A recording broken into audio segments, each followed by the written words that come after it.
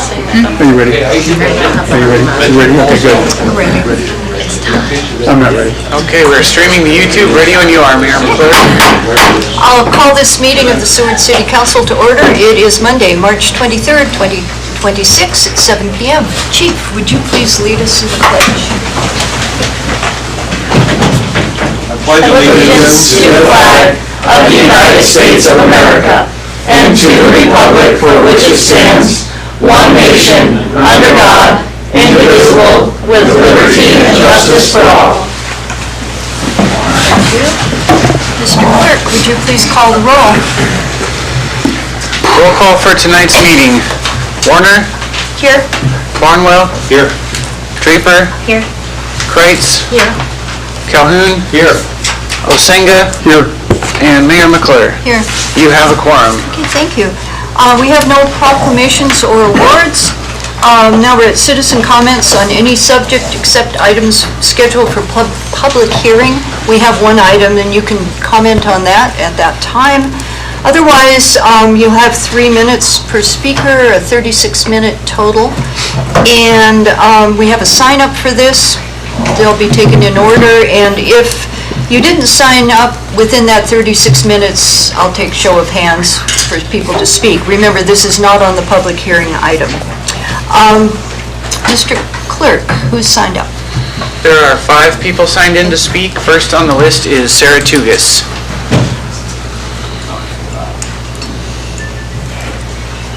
And she will demonstrate what you need to do when you come up to speak, because she knows the rules. I forgot to say. These days. I forgot to say.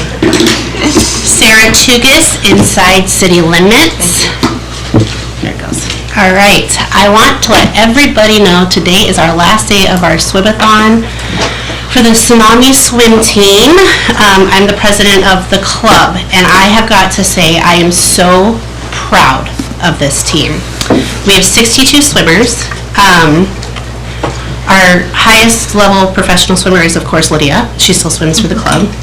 And our youngest is Callista, and she's 6, and she's a dolphin.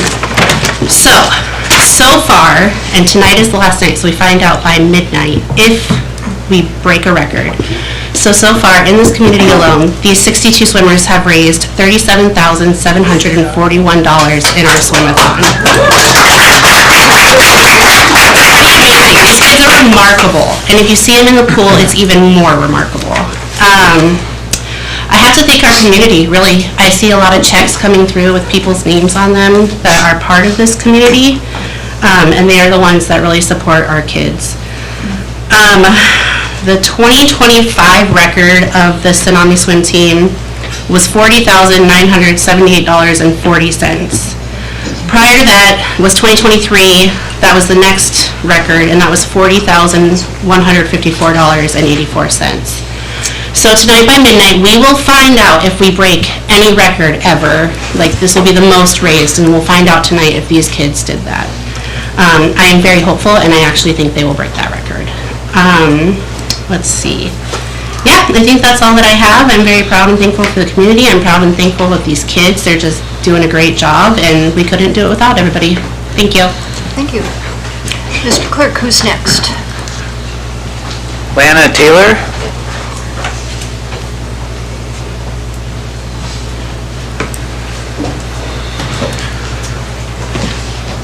Hello, my name is Yana Taylor and I live outside of city limits.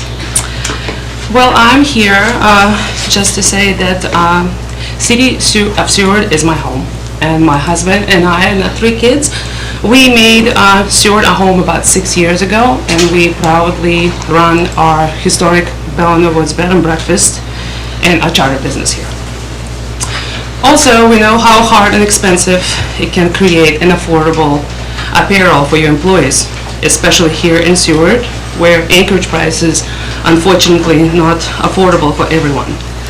About a year and a half ago, we opened Seward Custom Apparel, and we are grateful for the support from this community and the city of Seward.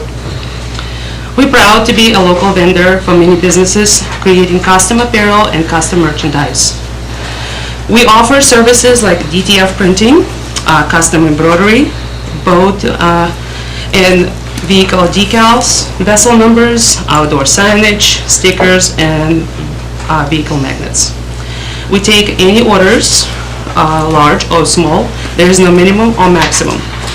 We hope that with support of our local community, we can create future jobs, opportunities, and more positions to the company. You can just reach out to us, and we can help you to create something fun and beautiful, whether it's for your business, your vessel, or your personal project. Thank you. Thank you.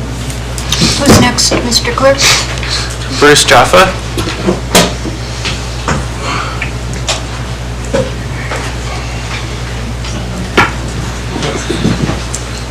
Bruce Jaffa, outside city limits, mayor, council, administration. I had prepared notes, and unfortunately I left them at home, which maybe is good. In a way I forgot them, but I'll start then by saying I just took a trip I didn't plan, but I drove through some beautiful country in California, Big Sur, Mount Shasta, but nothing as pretty as what we have here. Returning to the home of Sadie, Travis, and Sam. So it's a wonderful, wonderful return. And I got that half a day in CV, so I'm really happy with that. So I came to talk a little bit about a couple of things that are on the agenda. One is the uplands development, and Jason did bring that to PACAB, and I was able to look at that online and follow along with that, as well as earlier comments.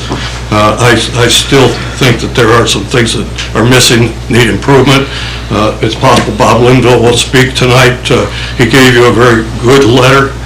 It indicates that there are missing pieces in this puzzle, need to be seriously considered.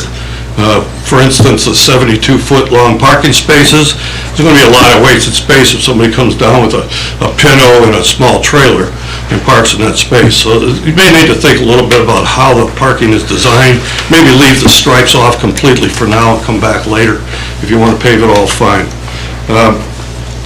In my mind, any approach needs to include a multi-tiered parking in both the North and the South Harbor for long term. We need to grow the highway traffic and not forget that they need a place to park. I've heard that from Boat Works of Alaska and others. So it's a clear need, and this won't take care of all the problem. Whether you develop commercial activities on that site or not, that's going to be up for debate. Some people want it, some people don't. But it's clear that the plan as written needs some more work. And at 35%, that leaves room for improvement. And you as a council need to be able to say, no, we don't want to spend that kind of money, we're going to be economic, whatever. For instance, asphalt rather than boardwalk. That's just one thing. Second topic, I did ask some people in the fishing industry to come speak to PACAB. Mark Clemens spoke about his knowledge and experience. I tried to get somebody in the commercial industry to show up, but they were unavailable. I'll keep trying. There's something clear that there's a problem with fishing in the North Pacific, and it's going to affect and is affecting Seward right now. So I think we all need to get our heads together and think about what can be done to either maintain or improve the fishing habitat and industry. We all know that Seward fish used to put people out all over the place. They no longer do that. I mean, transient workers. Thank you. Mr. Clerk. Amanda Sweeting.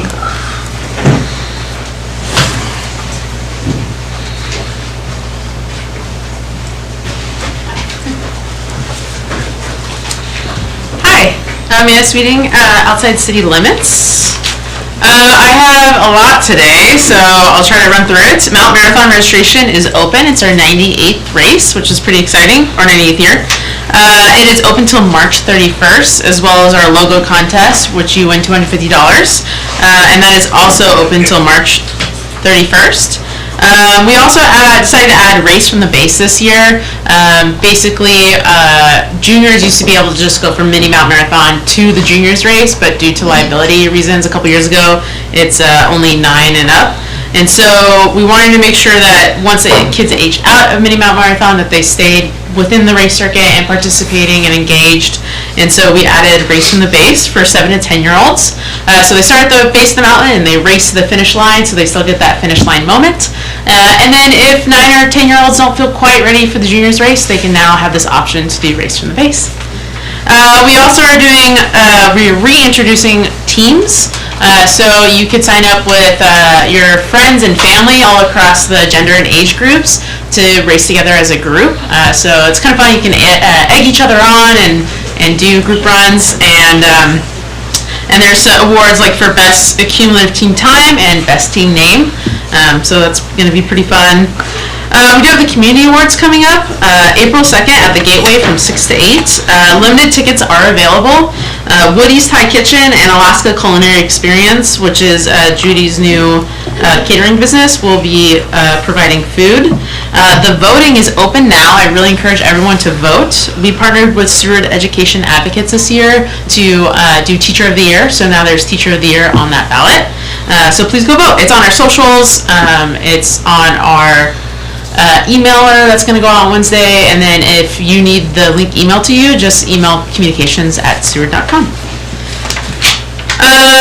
The really exciting part, hold on before we get there. We also have also really exciting, Tsunami Bowl Winter Weekend. So we did a winter weekend for the Tsunami Bowl, so there's businesses around town, they're offering sales and events and fun experiences. So I would recommend checking that out. I think the flyer went out today around town. It will be in our newsletter and our socials. And then also, we will be attending the Matsu Outdoorsman Show and the Kenai Peninsula Job Fair. So if you guys have any openings, or if any of the community members have any openings at their workplace, we can promote your job openings. And we're there to promote Seward as a place to work and live and raise your family in and move to and be in our school system and all that stuff. So we're pretty excited about it. And then, if I can submit something to the clerk, I have our destination guide. We just got our box in, so it's just one box. I just thought I'd bring it to you guys since it's part of our destination marketing contract. Thank you. 50,000 copies were printed, which is 10,000 more than last year. Thank you. Thank you. Mr. Clerk, who's next? Russ White.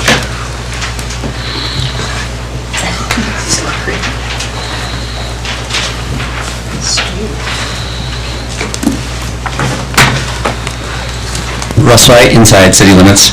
Here for Parks and Rec, letting you guys know what's going on and coming up.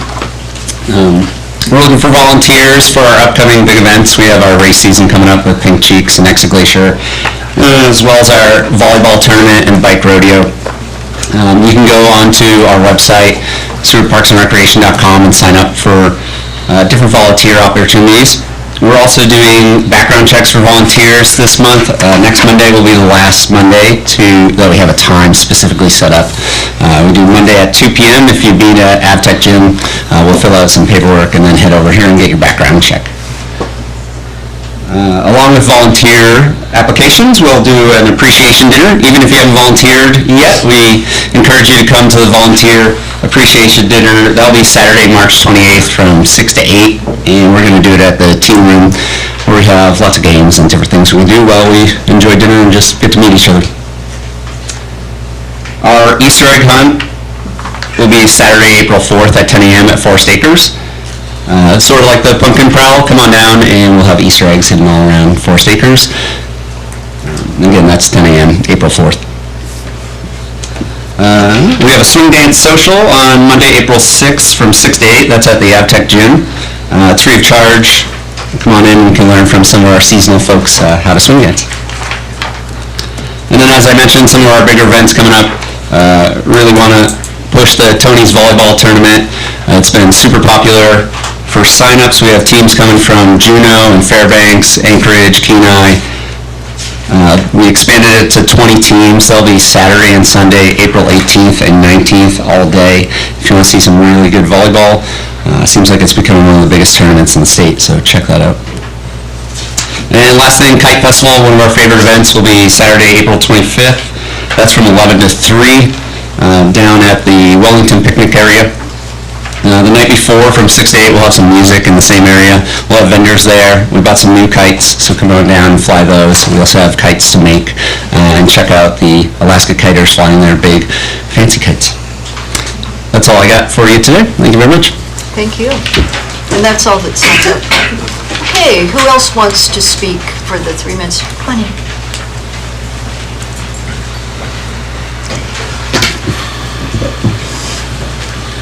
I am Bonnie Apperson. I've lived in Seward within the city limits for 37 years. I would like to ask the city council to not vote on MJ rigs tonight. Most businesses require... This is the one for the public hearing. Oh. So you can speak to that in just a little while, okay? You didn't hear because you were out in the hall. Right. I'm sorry. Okay. It'll be fine, we'll see you in a few. That'll be great. Thank you. Is there anyone else? Bob, you come up and then we'll get whoever that was back in the back. Bob Linville, inside the city. The main reason I came to speak is because I really would like to support the 2 resolutions to advance the Godwin Creek and 4th of July Creek hydro. I just think it's probably the most exciting and beneficial project I've ever seen in all the time I've lived here, which is my whole entire adult life. There's enough power to actually, let us sell power after we've totally fulfilled our needs. It's more than we need. And I think with the oil prices going up and our natural gas prices are well on their way up, there's going to be funding available for projects like this. They're just no-brainers. And our electric company right now has got excellent management, totally up to the challenge. We should move on this just as hard as we can. It's just a wonderful outlook for low power costs. It helps the industry in this town, all of us residents in the town. You have heat pump programs where heating would be very inexpensive. It just has a lot of good aspects. All right, and then secondly, I wrote a letter to all of you about the harbor development, and what I wouldn't want anybody to misunderstand what I'm asking for here. There's no drive-down dock in this harbor proposal. We don't even really need to talk about it. But what I would like to see is I'd like to see narrow access in the design so that future people who would like to develop something on the south side of the harbor aren't just forever blocked off by this particular process. And I looked at it a little more, and it actually fits in that little drainage area between the existing outhouses and the end of the lease area. You wouldn't even need to take one lease out of the current design to fulfill this, but it just needs to be in the design.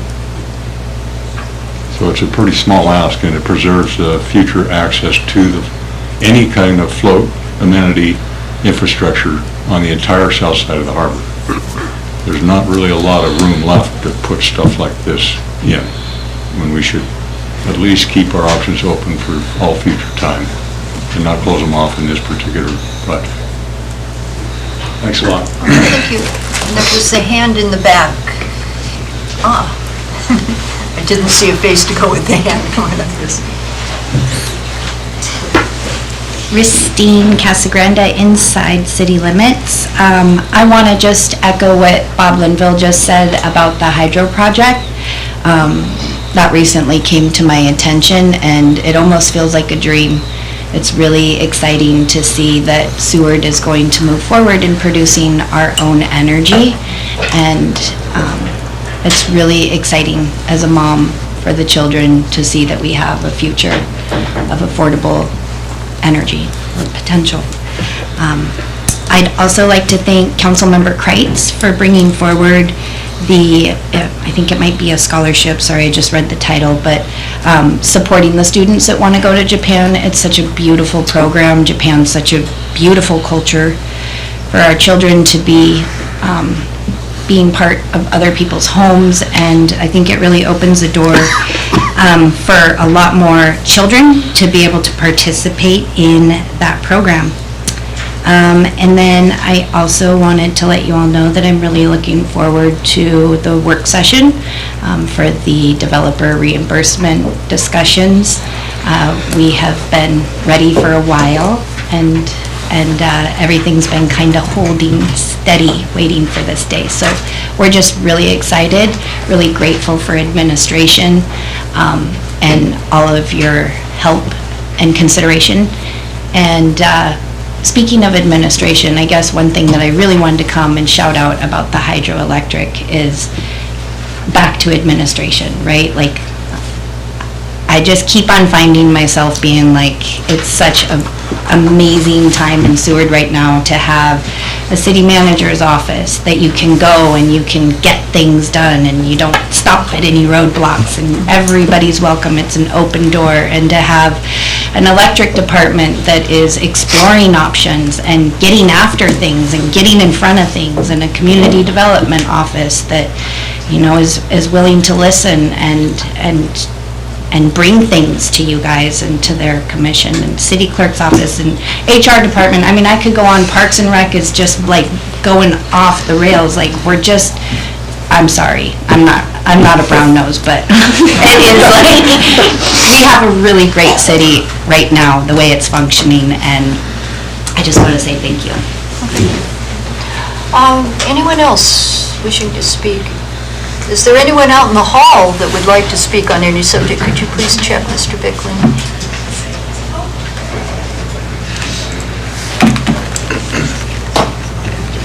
Okay. We're good. We're good? Anyone else?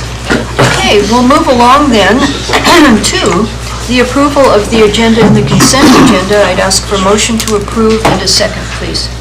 I move for the approval of tonight's agenda and consent agenda. I'll second it. It's been moved and seconded. Are there any changes anyone would like to make? Ready to vote? We're ready to vote. Voting on the approval of tonight's agenda and consent agenda. Osenga? Yes. Warner? Yes. Draper? Yes. Barnwell? Yes. Kreitz? Yes. Calhoun? Yes. And Mayor McClure. Yes. Your agenda and consent agenda have been approved, and on the consent agenda were the March 9th, 2026 City Council meeting minutes, Resolution 2026-030, authorizing the city manager to accept the 2026 Volunteer Fire Assistance Grant for the Seward Fire Department in the amount of $8,200.95. Resolution 2026-031, authorizing the city manager to accept grant funds from the Seward Community Foundation's mini grant program in the amount of $2,000.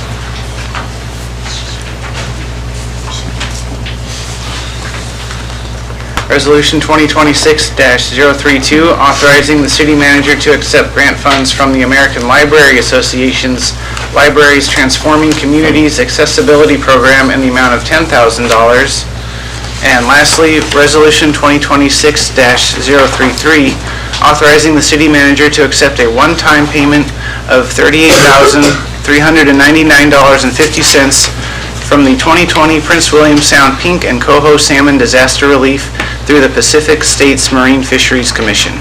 Okay, and for those of you that are learning about government, those items have been passed without a discussion or a vote. That's what that means. We have someone interested in learning here, so. So now, I think we are up to the city manager report. Madam City Manager. Thank you, Madam Mayor. A few things I would like to point out tonight. One, about the consent agenda that you all just passed. It is an exciting one where it's all accepting funds to the city. So our staff is always looking for grants and opportunities, no matter how big or small, and we saw a few of those come through tonight on those resolutions, so thank you for approving those. I'd also like to highlight a note from our Public Works Director in my city manager report. I know today is a lot warmer than it has been and for the past few weeks, and with little to no snow covering to insulate the ground, the frost is driving deeper down. And our public works crew has been hard at work thawing pipes, handling all of that. But looking forward, it brings a high possibility of a wet and muddy breakup this spring. So the surface water may not percolate down because the gravel's all frozen. So just something to be mindful of as we get closer and closer to that spring breakup. And if this warm weather holds, it might get a little bit muddy for a while there. So just making sure everybody's aware. And if there are any other issues and things along those lines, feel free to let us know. Okay. Questions, comments for the city manager? Okay, good report. We do appreciate your weekly newsletters that come out. Thank you. People have been commenting a lot, so. All right, we are now down to presentations. Mr. Bickley, is that you? That would be me introducing some people. Okay. So, while they're going, yeah, go ahead and pass those out. So what I'd like to do is while they're kind of getting set up, I just wanted to give everyone a little bit of an update to bring us up to speed on where we're at. R&M and KPB are here to present where we're at with 35% design of the Harbor Master's Office and Uplands Development. And I just want to make a few comments for some helpful context. I knew we'd lose them after we passed those out. So during the feasibility study and 15% design, R&M and KPB actually came down and toured the facilities.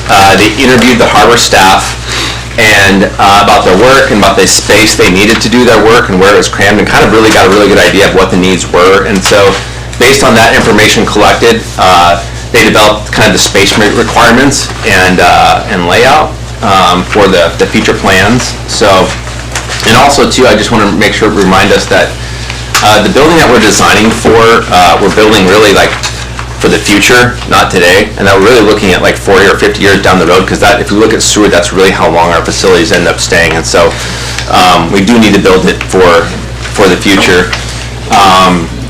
And just a few other comments that we did, that the Harbor Master and myself did see some of the preliminary designs, and we did add a few tweaks and made a few changes from those before they kind of came to you. And then also just want to make some comments regarding the uplands. Council did direct PACAP to discuss it, and I really do appreciate a lot of the public comment that we received on that. And so that public comment, we used to implement a number of changes that we feel like addressed concerns and desires from the user groups. And a few examples is that we have the same amount of parking as is in the Google Earth photo. These quotes, that has been used as a point of reference of a maximized parking on a busy day. The design parking area now meets parking design standards, is ADA compliant, and has emergency egress and access. Per feedback, we created more parking in proximity to the MNOP float access. Parking was also created that fronts and faces the harbor itself. And then we did receive a lot of positive feedback from kind of the increased park and public space in the southwest corner toward kind of the bridge areas that goes down towards the culvert. So that the fact that we're creating more park space down there was positive. And I do think after going through that, we have a much better product than before. And just also to those lease areas, and regarding that lease area, we've changed the name to be, if you look on the documents, it says public lease area, just because that's really what we're having a conversation about now, is a more public area or lease area. But there's not been consensus developed use for that area, and we continue to hear a lot of good things that could take place there. So, and again, any input received will kind of be taken back and continue to be implemented into the next design phase. So, and I'll turn it over to, we have, I think everyone's pretty familiar with Taryn. They've seen her a lot, and from R&M. And then we have Andy, who's been here a couple times before, from KPB. And so I will turn it over to them. Okay, great. Thank you, Jason. Thanks, everyone. Good to see you all again. Taryn Olson, planner and project manager with R&M, here with Andy, and we're excited to give you an update on the project. Since you've authorized design through construction at the beginning of the year, we've been hard at work moving towards 35% design. And as was really nicely stated earlier by a member of the public, 35% design is progress, but still room for improvement. And so we're hoping to continue the conversation and, as Jason said, continue to incorporate feedback from PACCAB, the council, and the public as we work through the process. So, since we got authorization to move forward with the project, we sent surveyors out first thing to make sure that our understanding of the site was accurate. So we needed to get that boundary and design survey conducted. What's on the screen right now is our concept design that was approved and presented to you back in the fall. So this was September of last year.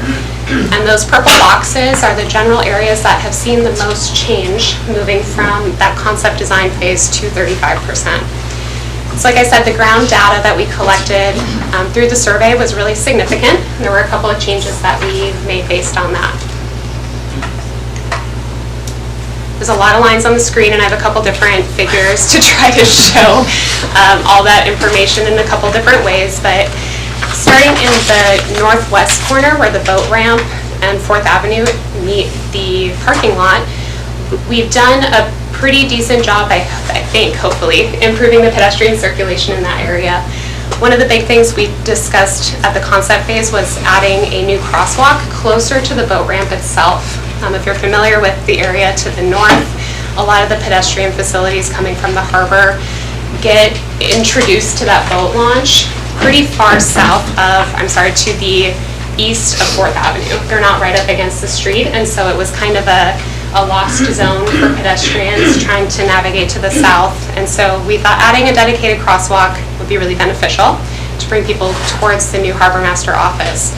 But also realized that our concept design that we hadn't really incorporated the street level as well into that design. We kind of focused on that crosswalk, and so we've made improvements with the grading and our plan to make sure that we have good ADA entrance points and accessibility from both 4th Avenue along the boat ramp and into the parking lot.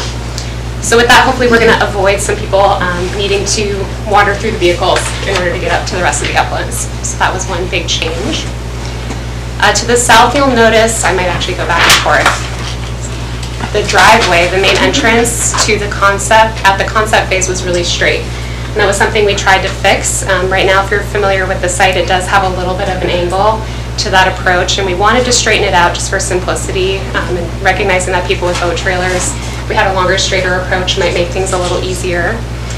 However, when we got the survey, we realized that that design would have encroached a little bit into the property to the south where the apartment complexes are, and we really wanted to avoid that. And so we did end up putting a jog back in, and at the angle it's at, we are still able to get a sidewalk on that south side as well to continue that pedestrian circulation from 4th Avenue to the rest of the site, into the park to the south. So happy with that. And we did run all of our truck turning movements with the largest vehicle we can find on AutoCAD, which is longer than most of our standard truck trailers or RVs, and it worked no problem.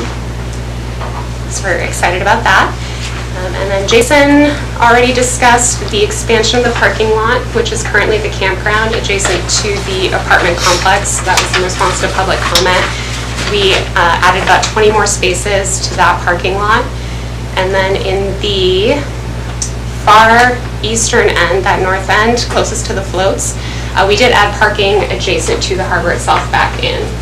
So at the concept phase, we had that identified more for a loading zone, thinking that that was more beneficial for people, loading pedestrians, customers, materials on and off their boats, but we got feedback that that parking was going to be a more preferred use. So we were able to fit that back in.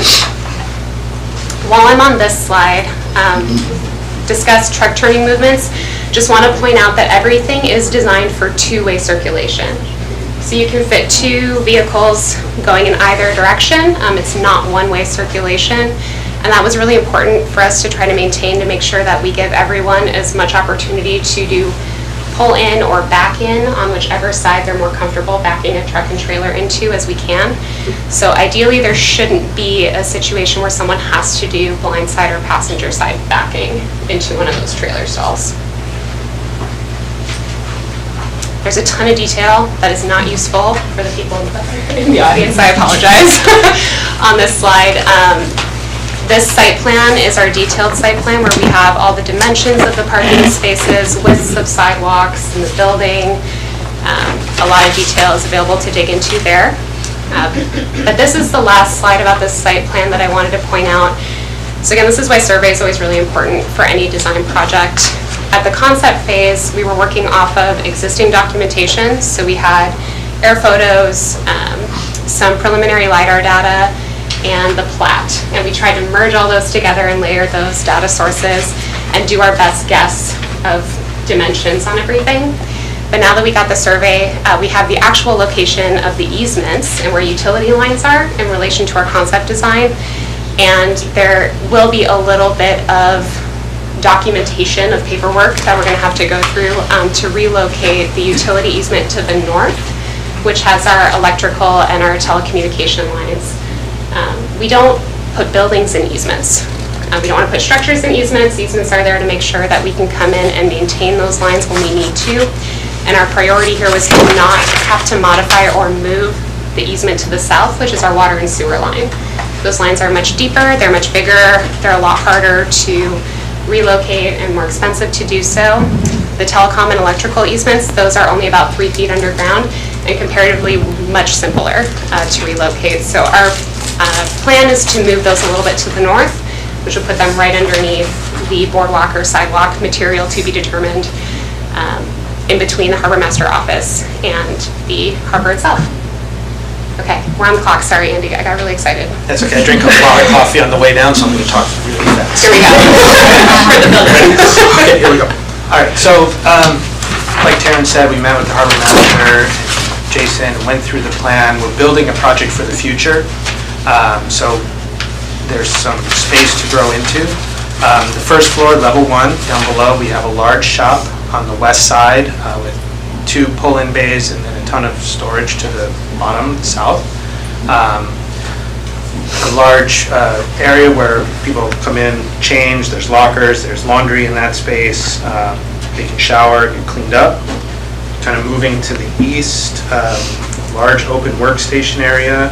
We have 3 offices, which is a little more than they need now, but again, building for the future. We're building in a pay booth that people can walk in, pay whatever they need to do.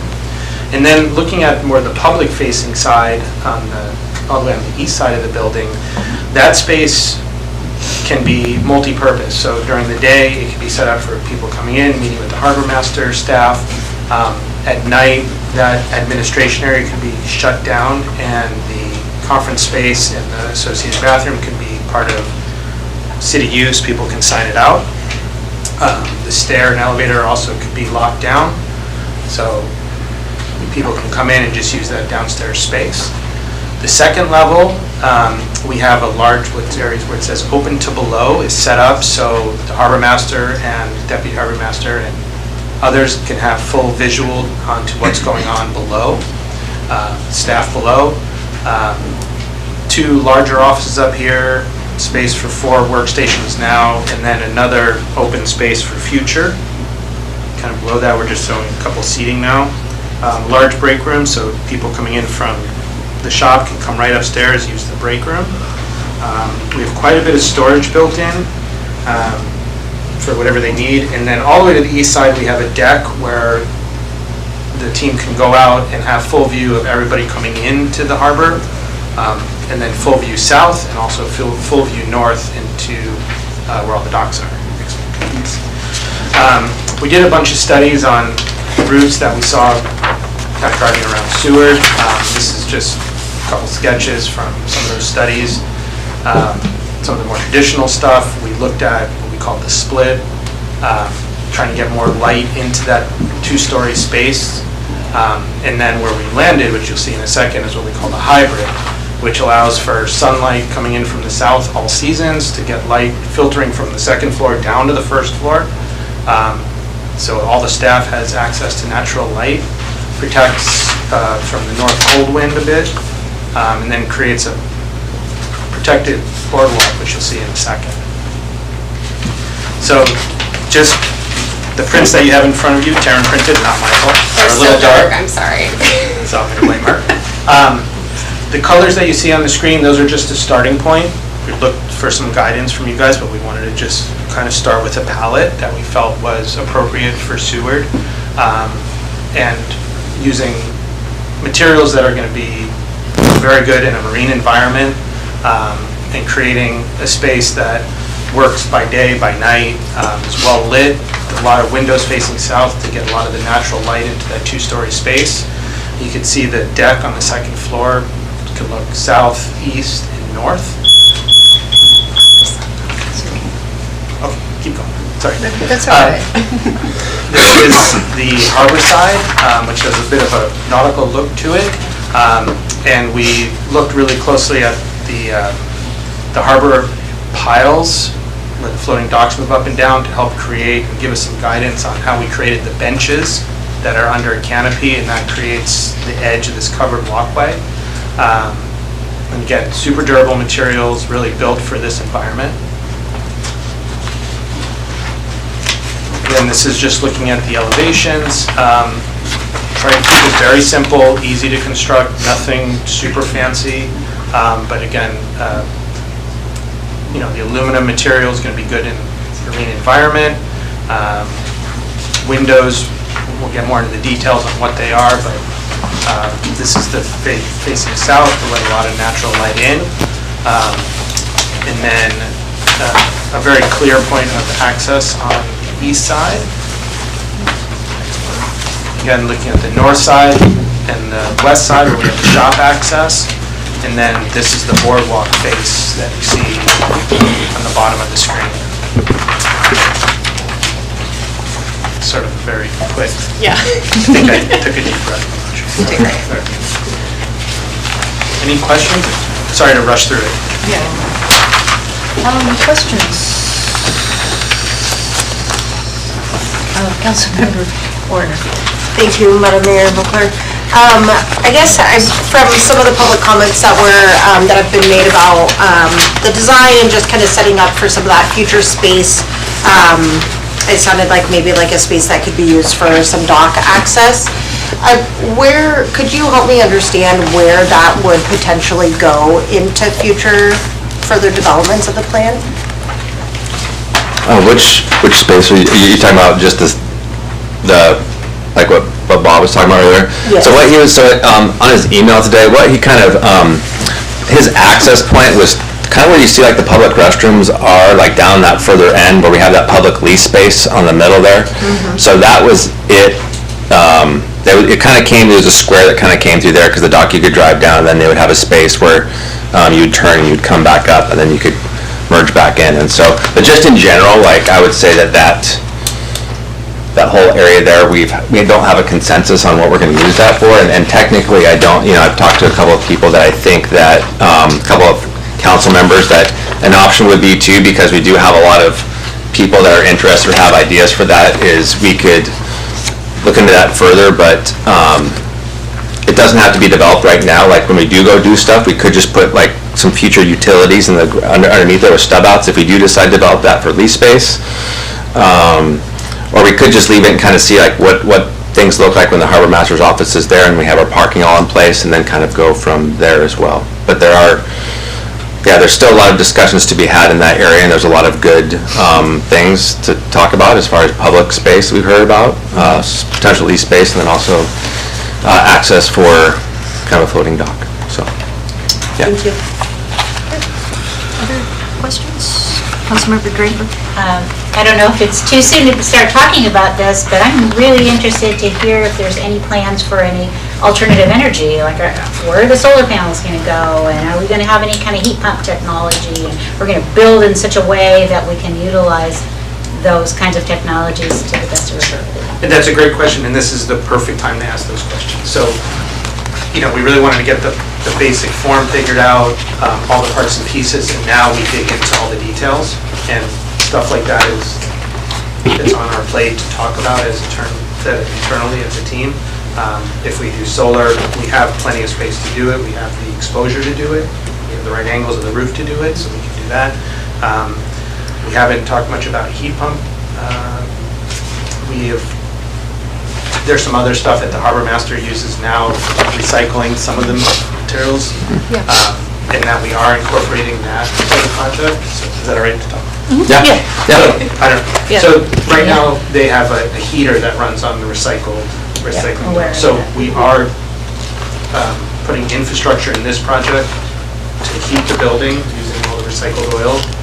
We have a backup just in case there's not enough, but there will be. So that is something we're already doing in the project. So we're going to try to run all the heat off of the recycled oil. Solar is something we're talking about. We just got to make sure it's worth doing. The payoff is there, but it is something that is on the table. So, great question. Perfect timing. Anything else? Councilmember Dunlop? Maybe, could you guys talk to the restroom? Are we going to remove that restroom, or move it, or what's happening with the restroom? Well, well, that restroom was kind of, the original design and thought by having the restrooms on the end was that, and this was taken from the original harbor plan, is that we would have lease spots all along there, and then you want to have like a restroom kind of down at the end in the middle. But if we're going to use that whole entire space for something else, then it might make sense to do something else with the restrooms. I mean, like a possibility would be to like look at putting it back like within the facility, or yeah, we need to have a discussion if we're going to look at doing that. That would be the discussion to be had.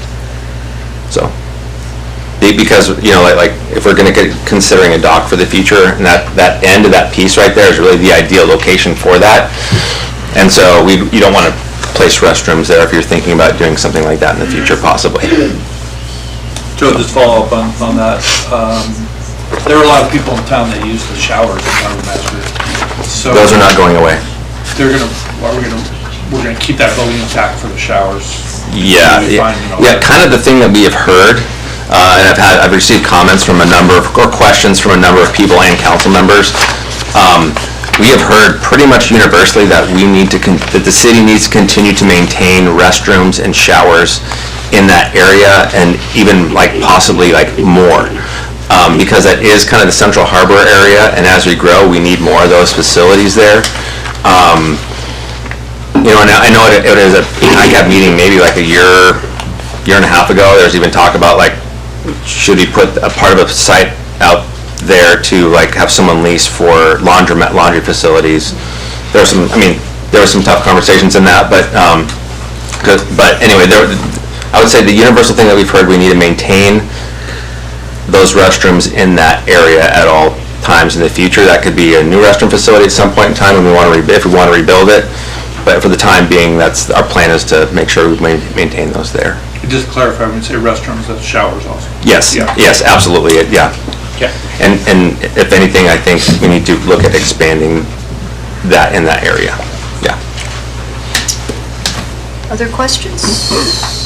Just to comment, I like the idea of just stubbing out for the leased property until we see how this thing comes together, and then those restrooms maybe being incorporated into the harbor master office, maybe even save some money doing that. Okay. Go ahead.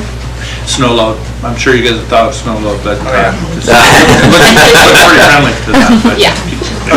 No, we got it. It's definitely on everybody's minds. in terms of shedding too. Yeah. Controlling it, yes. Yeah. And one thing, excuse me, Madam Mayor, one thing to note too is the project itself out for the harbor master and the uplands and all of that is funded by CPV and the passenger vessel fee.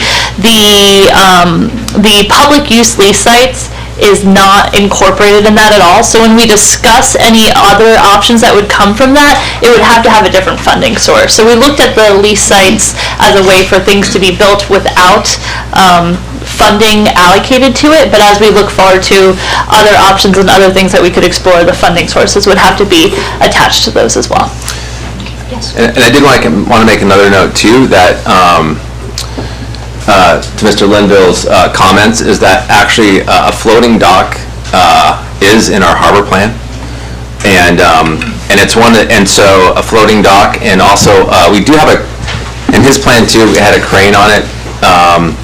In that harbor plan, it was slated to go somewhere up in the northeast corner, And the crane that we have right now on the harbor priorities, I think is for like IDOC, but that's something that if council wanted to do, they could bring up and like, hey, is this like, have the engineers look at a couple different spots and what the needs are for Seward at that type of dock, and then like kind of look at determining the spots, because the plan currently has it on the other side, and I'm not saying that this is a bad place to have it, but it should be something that we look at all the options and find out. But it is, I looked at Cordova's, and it's a pretty cool thing for not just commercial fishermen, but like kayak guides and all that stuff like too. They could drive all their gear like down onto there, offload it onto their boats, and so it'd be not just something that's used by commercial fishing people. So, but that is in our harbor master plan. So what is our next step? What do you need from us? Well, I guess we're just looking for, this is a good time for people to ask questions, for you guys to ask questions, and obviously kind of like Andy said, the next phase is we're going to start looking at things like heating systems, and at some point in time too, I think it would be, if we could, even if it's something that we come and show as like a discussion item, is be able to show that the view of like the interior view of going through that. I mean, that's maybe something we could kind of show, just to kind of see the flow of the area. Basically, it just gives it three-dimensionally of what you saw that inside space would be. But I do think we do want to get probably some will of the council as far as, because I think if we need to incorporate the restrooms into the main building, we want to get direction right now in that. And if we want to kind of just set a plan to determine that, like, okay, we're going to put the utilities underground, we're going to decide later on that space. We need to know those kinds of things now, so that we can kind of move forward in making those changes to the facility, and then kind of it just gives us an idea of the ways to think about that. And so basically what that would do is that whole public space there would just remain public space. We could put picnic tables out there in the meantime. We could you could throw up a gazebo in there or whatever, but that would, until we decide its future like permanent use.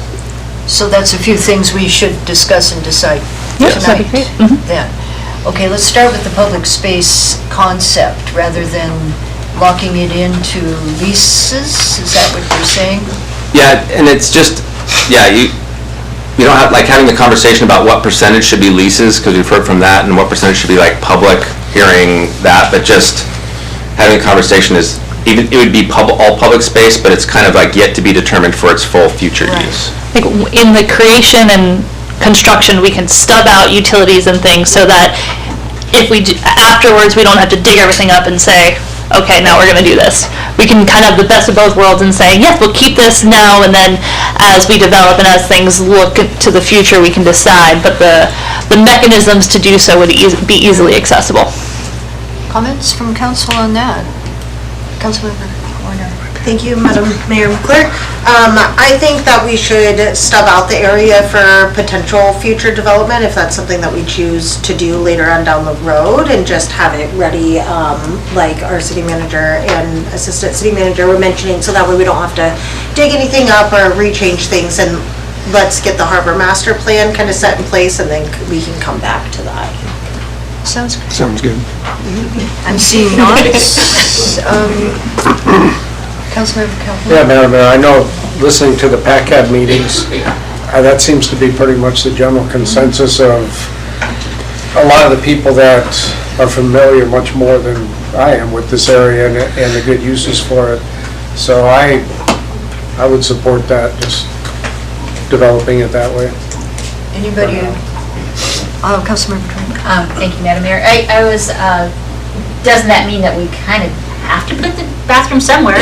So does that make that decision for us, that those restrooms would have to be part, or would we just leave the ones that are there now for the? Well, the ones that are there now actually stick out in like an area where it's driveway and parking, so we would. Okay, yeah. Yeah, and so we would need to move those like into the building if we're gonna have them as part of that, versus building them outside. I mean, yeah, and it's one of those things though too, we could put public bathrooms there now, but then if we want to develop things like showers and stuff later as part of the plan, we could put those on the end, but So putting them within the building, though, would that limit the access, the 24-hour access that the bathrooms have now? We would just have to create an external access. Right, so that would still have, there's a way of having 24-hour access if they're indoors. Architect's face just went a little crazy, so I want to...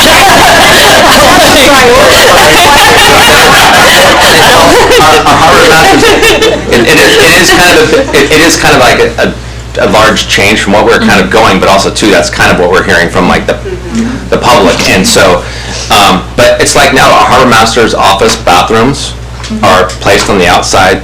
Right. They access them when they need to. Okay. We could do that then, instead of having. Yeah, they're not gonna be like. Space efficient. Yeah, they're not gonna be inside. Well, we do have a public restroom inside, so like if you're in there doing business with the harbor master's office, you can, there's restroom in there, or if you're like using that conference room. So eliminating the existing bathrooms up there, how many parking spaces do we get out of that? Well, they're already eliminated in the plan. Yeah, I know. So we're not gaining, we're just having to figure out where to put them. And so, correct me if I'm wrong, but it would be, as it stands, it would be harbor master office, public space, bathroom? It's an option. That's an option. Because I think that would be, from my standpoint as somebody who often runs in that area and needs a bathroom sooner rather than later, there's already 2 bathrooms to the left there in the National Park Service and the Harbor Master building. So having a third option down to the ends at the end of that public space not only separates those bathroom accesses out, but then also gives us room to expand in that area in case we in the future wanted to build more bathrooms, more lease spaces, or more shower access as well. That's in the spot where the up ramp would need to come up if we build the boat dock. That's true too. The Vice Mayor. Yeah. So your idea, I think, is sound. Thank you, Madam Mayor. And I know it's in the middle of the public lease area, but slide it a little to the west. Out of that possible. Put it in the middle? Okay. Could we do it like... I was even thinking just right outside the east end of the building, really. I mean, we've got so many feet. Yeah, just move it all the way down to the other end. Or in. Not in. Not I don't think in, but I just think a separate building kind of, since we're gonna build a separate building anyways. So just have it, like a. That makes have it on the west side, basically on the left side of the public lease space. Once again, not great at Yes. cardinal directions. Okay, are we, yep, Councilmember. This is just, I'm good at brainstorming, so I like to brainstorm, but John loves this.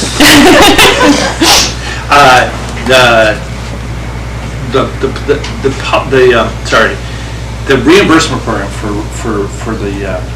for our development program would be kind of fun if we could put out a bidding process for those lease sites.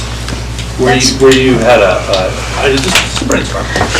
We're putting around ideas, because otherwise, if you put that out there and people came along, the first idea that. Yeah. And that was our plan, was to have it so that people would have to present to you guys and put out like their design. And so, but I think from what I'm hearing though, our plan is to kind of put that off and get these things built, and then we'll tackle it at that point. But I mean, I think if there is leases out there, it should be, people need to make a case for those, because that's probably, like, I would say, some of the most prime area in the city of Seward right there as far as property goes.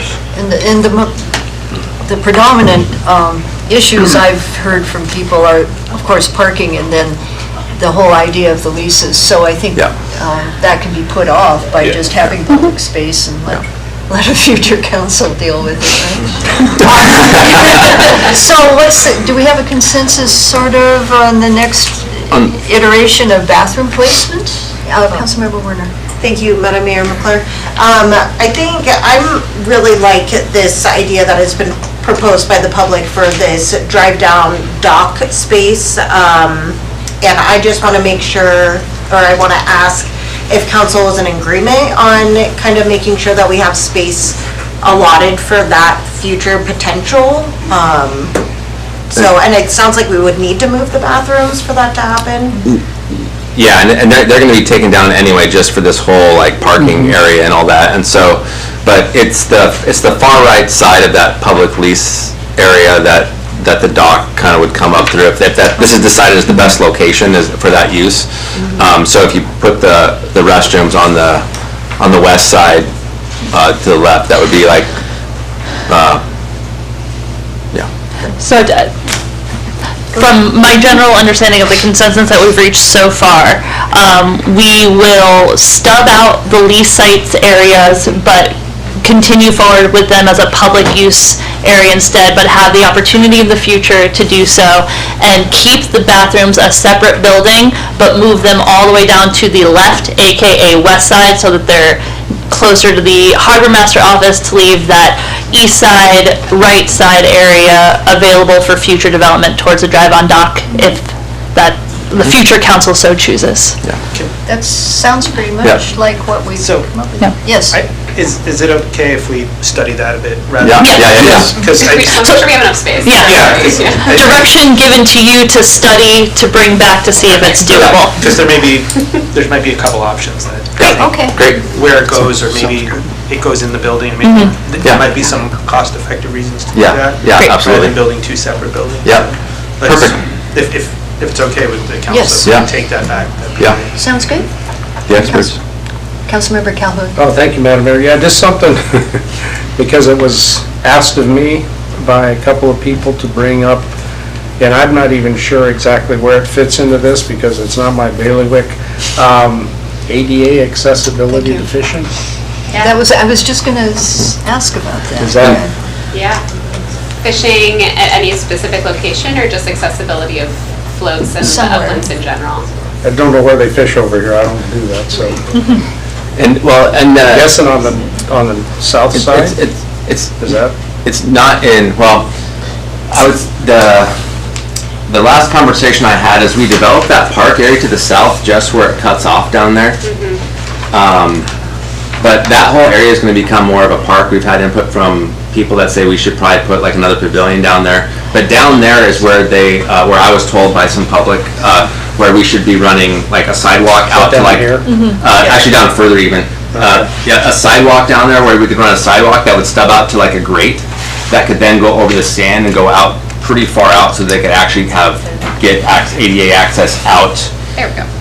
Yeah, it's more like to the south of that, but just more down along that south end of the beach where we would run sidewalks to grates, so they could get out on the beach area. Maybe something we want to look at. Yeah. Thank you, Councilmember Calhoun. I was going to ask about that. Okay, anything else? We have direction? You have direction enough? Yeah. Okay, thank you for all of that. I'm going to give us a 5-minute, is 5 minutes enough? Yep. A 5-minute break. We're going to call the attorney in. Yes, we have to make a phone call and just give us a break. So let's go 8:08, okay?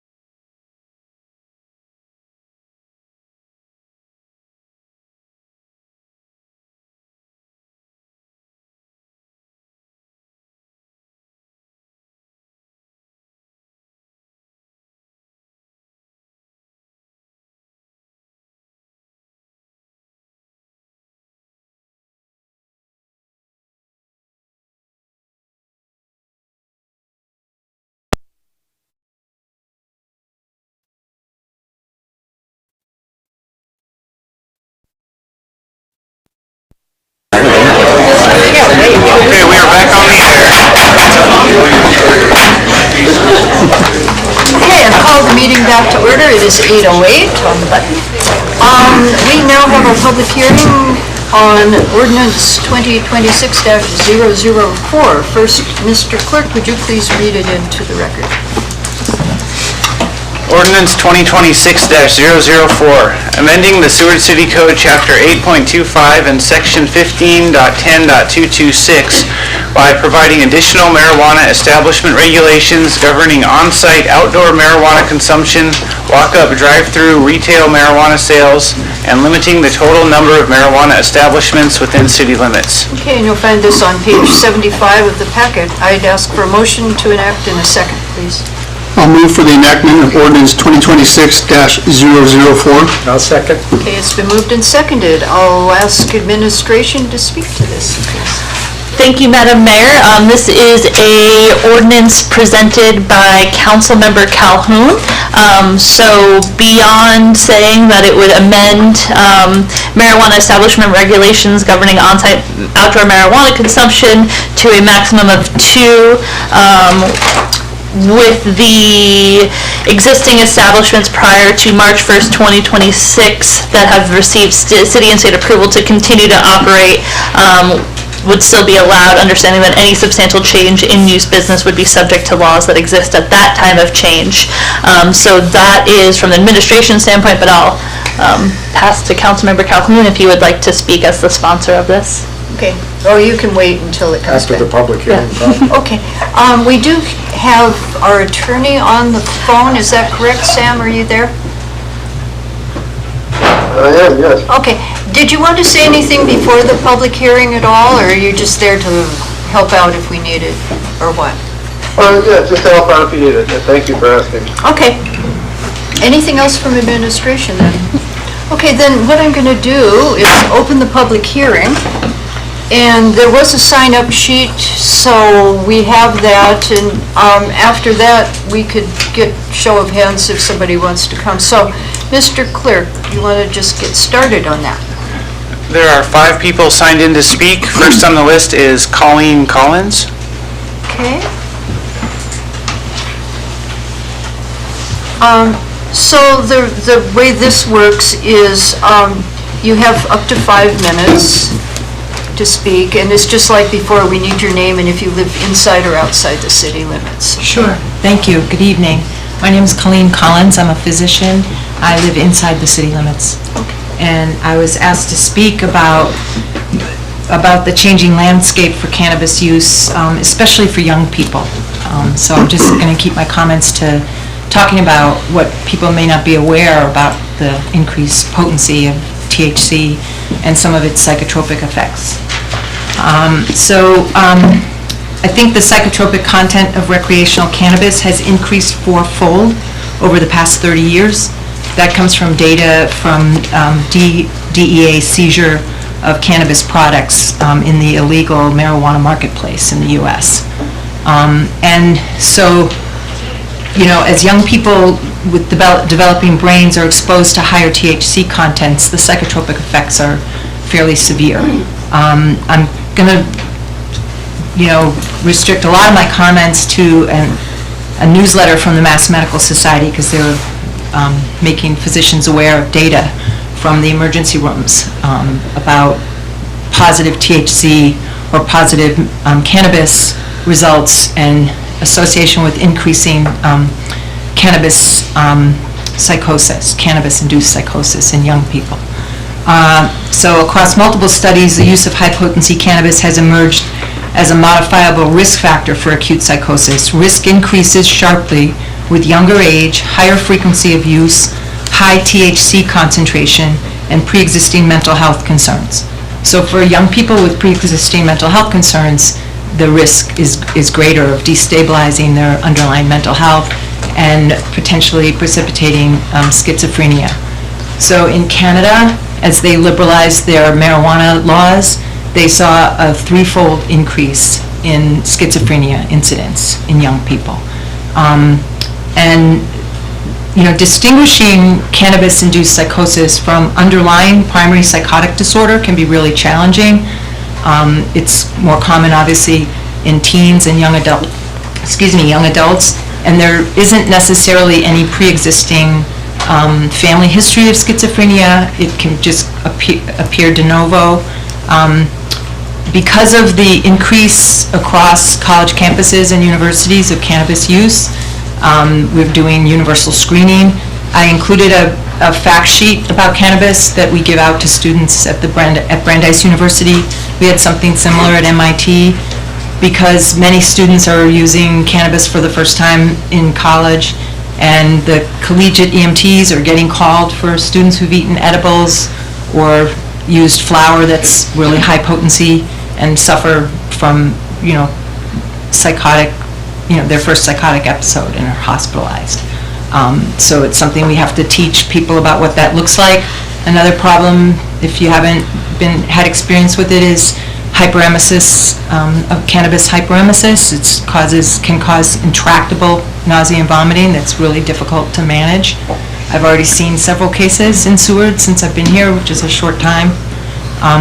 So the purpose for me to speak was to just sort of bring awareness to the psychotropic effects of this very high concentrated THC, especially for young people.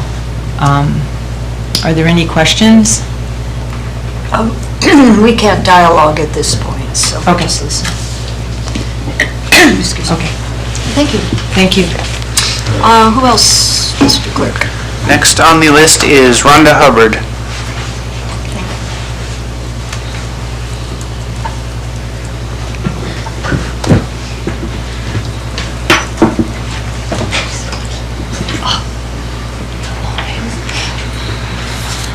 Hello, Rhonda Hubbard, Inside City Limits. I ask that you please amend Ordinance 004 to remove the March 1st look-back date. It is unnecessary and should not pose as a taking issue from any existing marijuana establishments and respective endorsements. State statutes and AMCO regs noted in Chapter 3 of the Alaska Administrative Code 306.250 is clear on local option and control via either ordinance or initiative over marijuana establishments, regardless of when they become licensed or acquired recent endorsements. So if any of you are overly concerned about this aspect of promulgating new marijuana rules in our community and expecting existing establishments to comply, I suggest that you direct the city attorney to confer with the state AMCO attorney for a more thorough discussion and clarification of this if you think it is needed. For nearly 2 years and many public meetings, you have received input for more restrictive codes on marijuana establishments regarding where and how they operate inside city limits. This input has included significant concern over the progression and access of sales and types of marijuana products currently on the market, overuse disorders, higher teen use, and other concerning outcomes of high-potency cannabis use.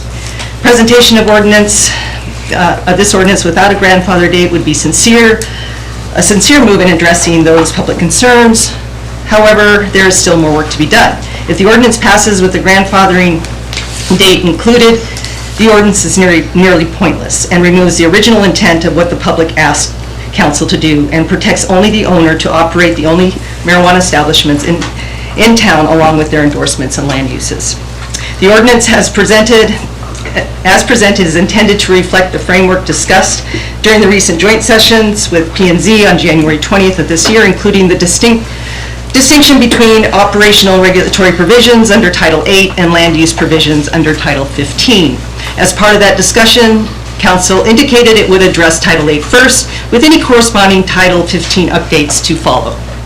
We are told that the Title 15 amendments included in ordinance language are intended to maintain internal consistency within the code and avoid conflicts between the proposed operational regulations and current zoning and land use provisions.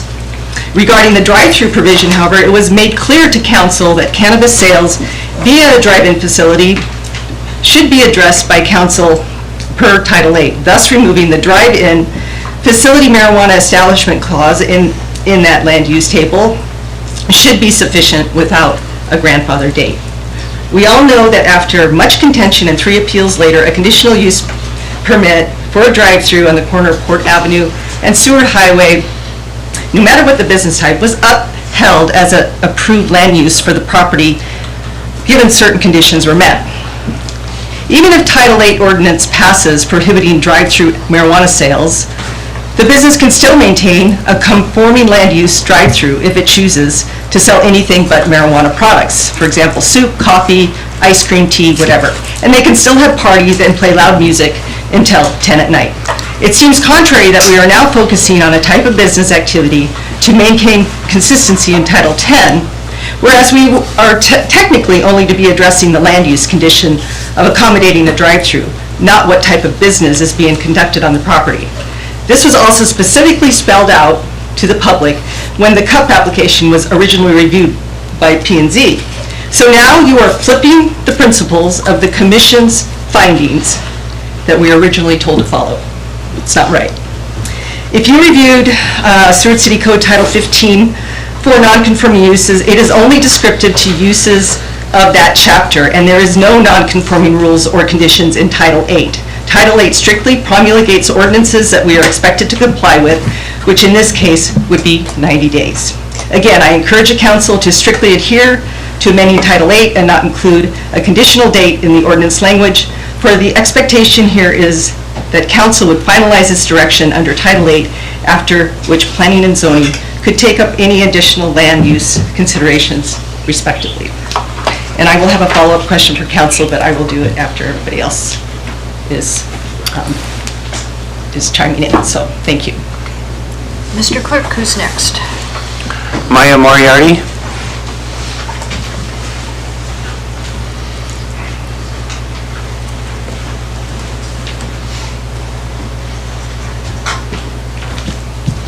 Hello, my name is Maya Moriarty. I live outside city limits, but I work within city limits and have for the last 28 years. I've spoken to a lot of you over the last 2 years, sent emails, talked to you in person, but I've always been a wellness and prevention advocate, probably since my children were born. So having children kind of advocates yourself to kind of bring about a better place. I want to thank you for bringing forward this ordinance as an effort to protect public health while balancing economic growth. And I also want to thank Dr. Collins for speaking and educating the public. She's probably the first medical professional to talk to you guys, at least in this environment. I'd ask that you consider an amendment to the ordinance and also provide some clarification. First, the amendment would limit edibles to the current state limit and no higher, while holding other cannabis products to a limit of 30% THC. An amendment that I would be asking for, and a lot of other people have probably asked you for, is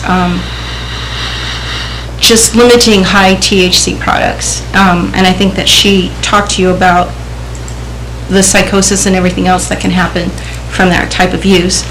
As elected officials, you owe a duty to the public to protect them, as well as take action in support of the Community Development Survey. While the cannabis industry is a billion-dollar industry, people don't realize that the societal cost of cannabis-related health issues has been calculated to be $350 billion a year. In 2022, more U.S. adults reported using cannabis than alcohol on a near daily basis, according to the National Survey on Drug Use and Health. It was the first time that regular marijuana use surpassed regular alcohol use.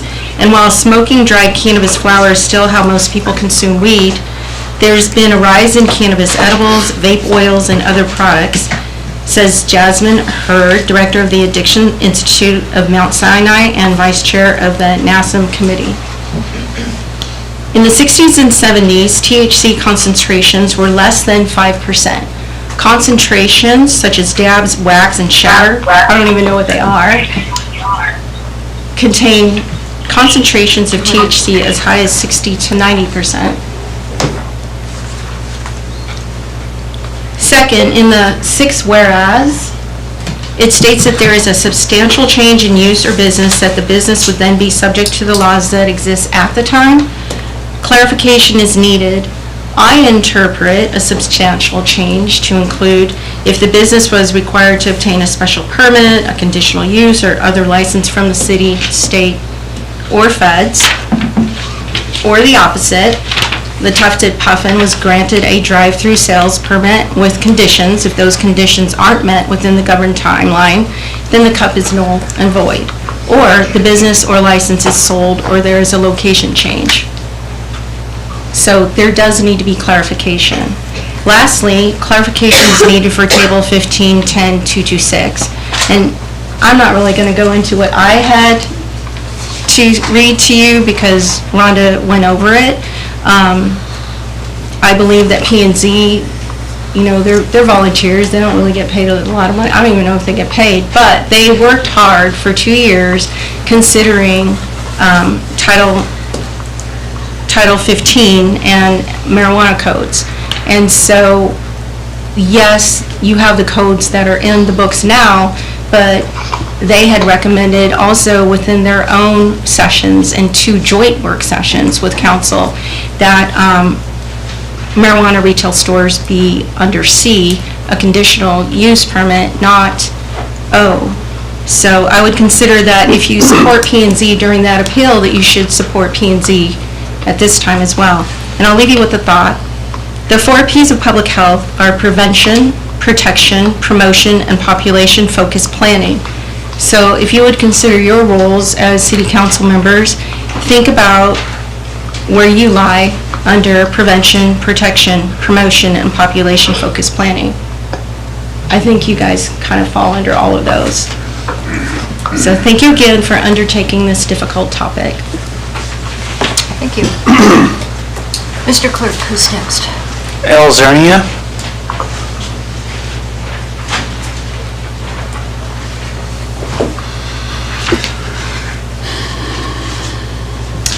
Good evening, Council, Madam Mayor.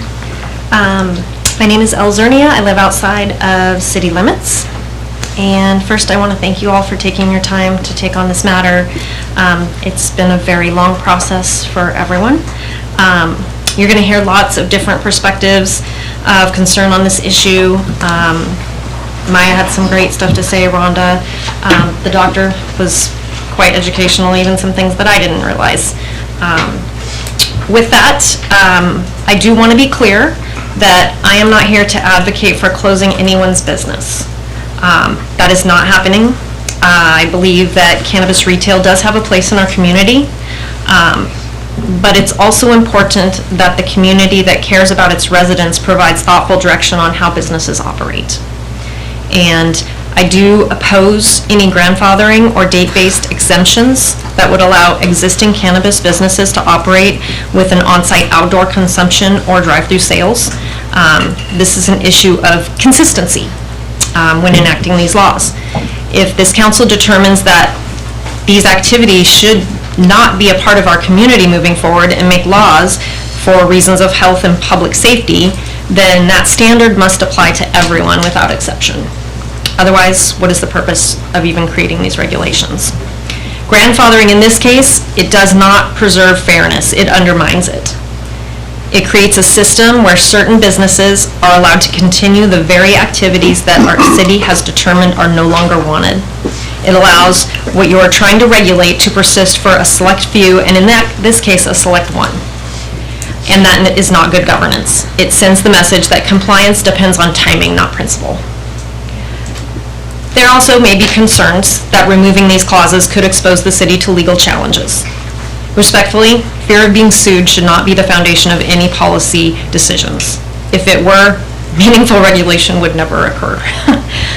And historically, more often than not, courts do side with the governing bodies that are acting within their authority. Cities across Alaska and across the country update their codes regularly, and businesses are expected to adapt. And that is part of operating in a regulated environment. All of us that operate in regulated environments, we know that. I know that, and everyone else that does it should know that. As an example, we've seen this before in Alaska. In Anchorage, prior to the smoke-free laws that we have now, many establishments, actually restaurants and bars, they operated so-called smoke shacks for their patrons so that they could be outside and smoke cigarettes. When the law changed, these structures were no longer allowed whatsoever, and even though some businesses argued that it would negatively impact their revenue by upwards of losing 30%, this number comes from a CHAR representative that actually gave this testimony at the time. They were still required to comply, and that was because that was what responsible regulation demands. And That is the reality for all of us in business. Changing rules are not the exception, they are a real-world expectation for all of us. Businesses, especially those retailing controlled substances, they understand that regulations evolve and that risk is inherent in doing business. And so the question before you is simple. Are you creating rules for our entire community, or are you making an exception for a select one? If the community does not support outdoor consumption or drive-through sales, then the new law should reflect that clearly and apply that equally to everyone. I urge you to remove the grandfather or date-based clauses and apply the law consistently across all businesses. Anything less defeats the purpose of creating these regulations in the first place. Thank you. Okay, thank you. Mr. Clerk. Next on the list is Nate Smith. However, he has requested to speak last, if you're able to accommodate that. Okay, so, come on up. John Weisel, outside the city limits. We're here, but let's not forget why we're here. It's because this was mishandled. The line of questioning that I was allowed to go on with Randy and the joint work session with P&Z to stall that out was a complete conflict of interest. Even the mayor said she would have retroactively done it and handled it differently, knowing how that went. Osenga, I know you don't think he had a conflict of interest, but knowing that he had a CUP and for marijuana establishments while P&Z was doing a joint work session to tell you that they had a land use packet regarding their marijuana rules, I think is a clear conflict of interest on Randy's part. But anyways, we're here talking, the community's here, we want representation, you guys are here representing. We need representation knowing that AMCO is the minimum standard, and they allow cities to represent themselves of what they want to be seen. We're clearly here telling you what we want to see, and we don't want any more of the late representation of wish I woulda. The only reason why we're talking about grandfathering is because this was delayed. So we want to see that. We want to see what represents our community values for our kids that are here and everyone that visits. Lastly, I think even further should be going. The temporary little fence. I think we should establish some solid wood panels. Not visible, 8 feet tall. Let's make it safe. Have egress. Have seismic. Let's make it accountable for wind loads. It's a main feature of his business practice. So it's not temporary, it's there every year, I think there should be more to do with that, with the fencing out there. Yeah, I hope we make the right decision, and all conflicts of interest should be out and accounted for, so, thank you. Anyone in the room wishing to, come on up, Bruce, and then Lucy.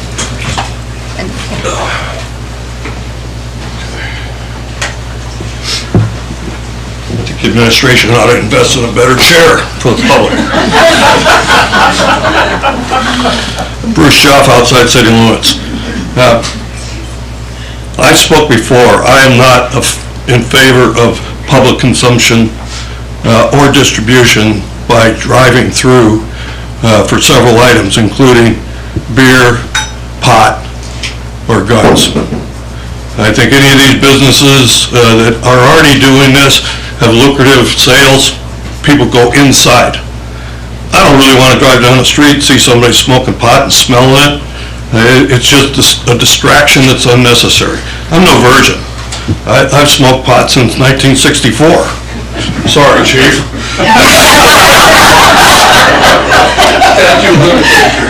But I've given it up because when marijuana laws were loosened, the strength of marijuana was much, much different.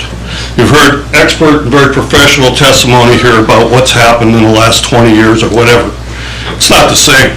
It's almost hallucinogenic. I think that it's borders on dangerous.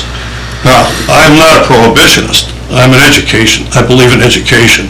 We need to let our children know, we need to let our fellow citizens know what's acceptable in our community. You have a certain set of rules that apparently didn't work for that, and you have the chance to address that and correct it, and I encourage you to do that. Rissy, I think you were next, and then I'll get you.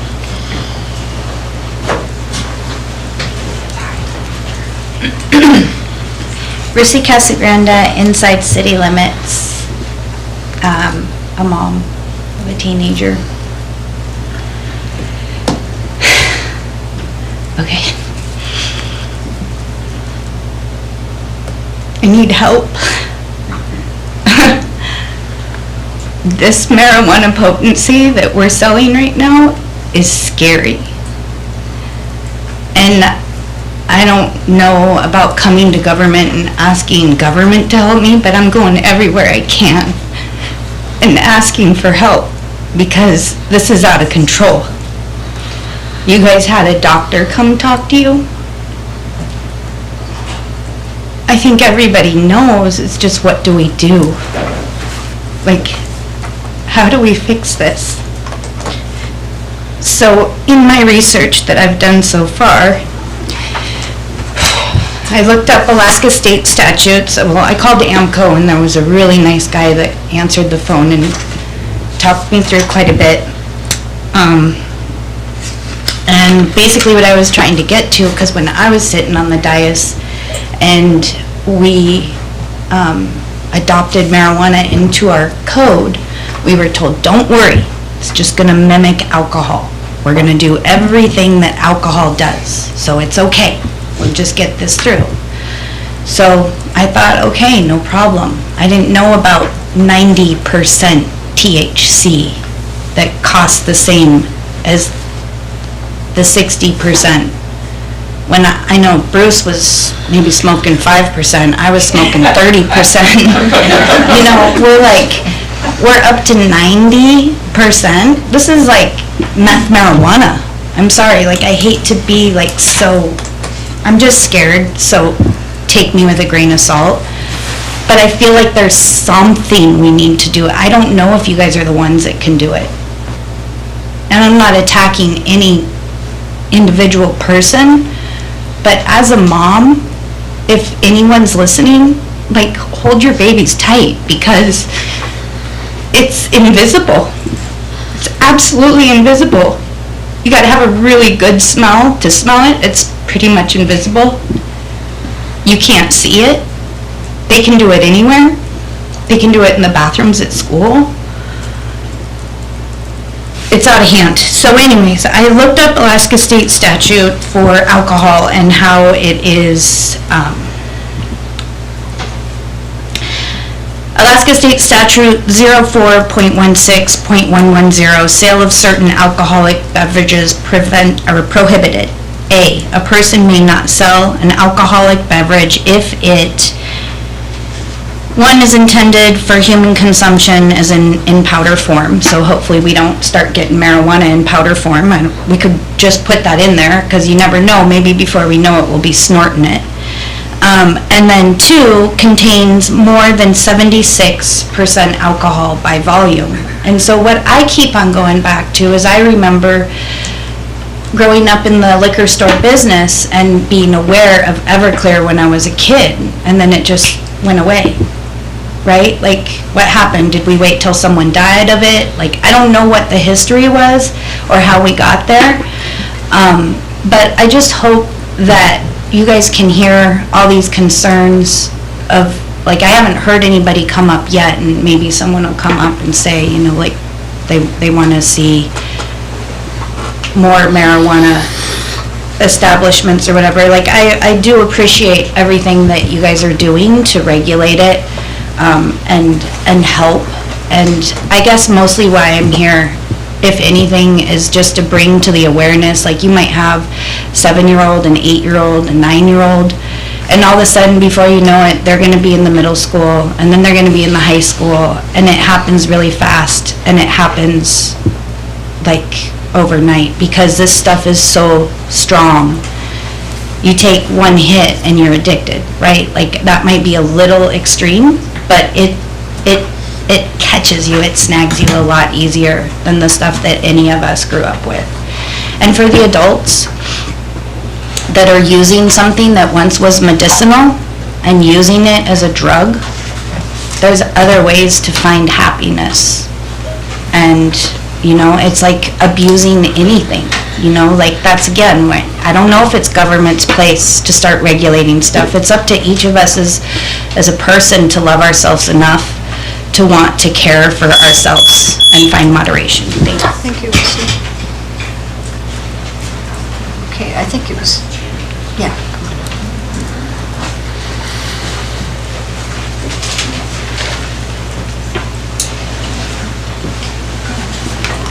I'm Bonnie Apperson. I live in Seward city limits for 37 years. I've seen our small town change so very much. And I would like to request that the city council not vote tonight on the MJ regulations. I agree with what has been said here very much tonight, and I'm not going to repeat those types of things because you've heard it all. Most of the time, I'm now retired, I don't work at all, you know, but most of the time my employment was in the tourism industry.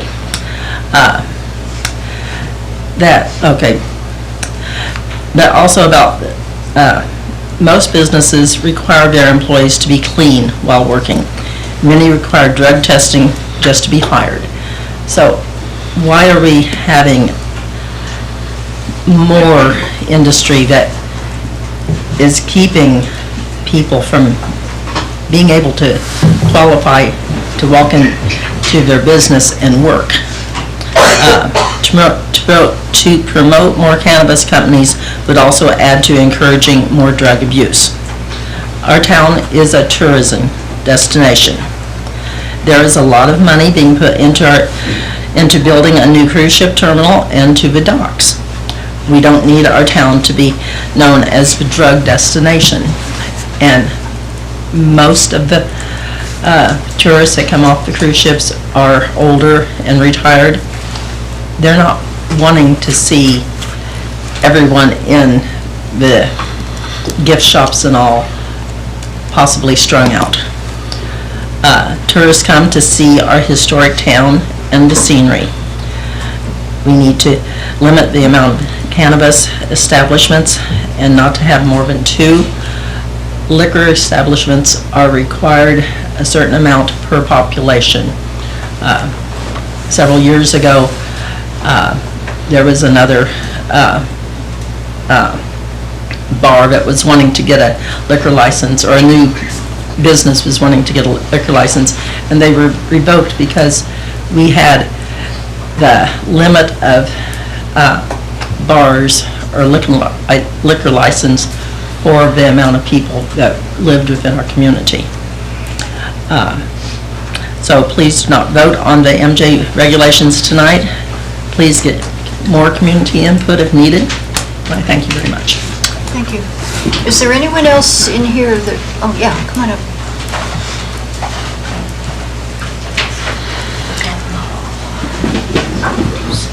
Clark Sullivan, inside city limits, and I'd like to thank all of you for taking on this important issue under consideration and looking to satisfy the concerns of the community, clarifying the title, and to be accommodating to the applicant who has abided by the existing rules to operate his marijuana store on Port Avenue. But all of this has also been presented to make us do a hard look at both Title 8 and Title 15.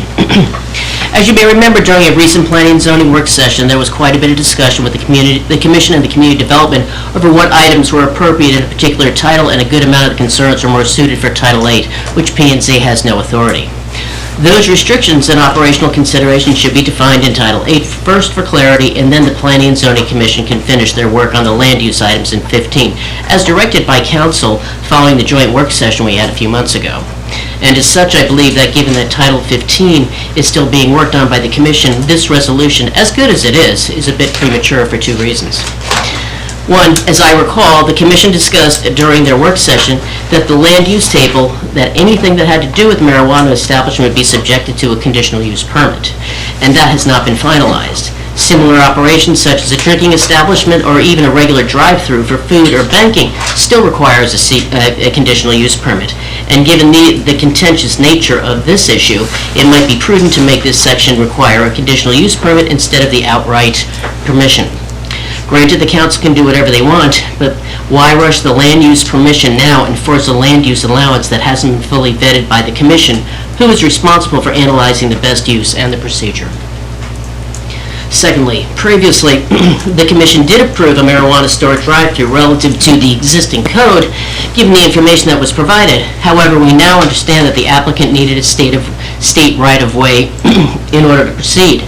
This should have been included in the documentation for the commission to consider, not a add-in later, as it is a major factor for the commission in the whole decision. If the applicant sought permission and the state said no, the applicant, community development, and the commission's time would not have been tied up in a useless venture. With all of this in mind, it begs the question, was the commission not given sufficient documentation to proceed to grant the drive-through window, and if so, then the CUP probably could have been invalidated due to insufficient documentation. Some may say the process is completed by the council, making it a requirement that the applicant obtain permission for the right-of-way, and if granted, the applicant should be able to proceed, but that to me is a dangerous precedence for future applications. Where is the line drawn for the commission to review an application with partial or insufficient documentation, and then once the decision is made, follow-on information or documentation is provided that is critical to the decision-making process? That doesn't make sense.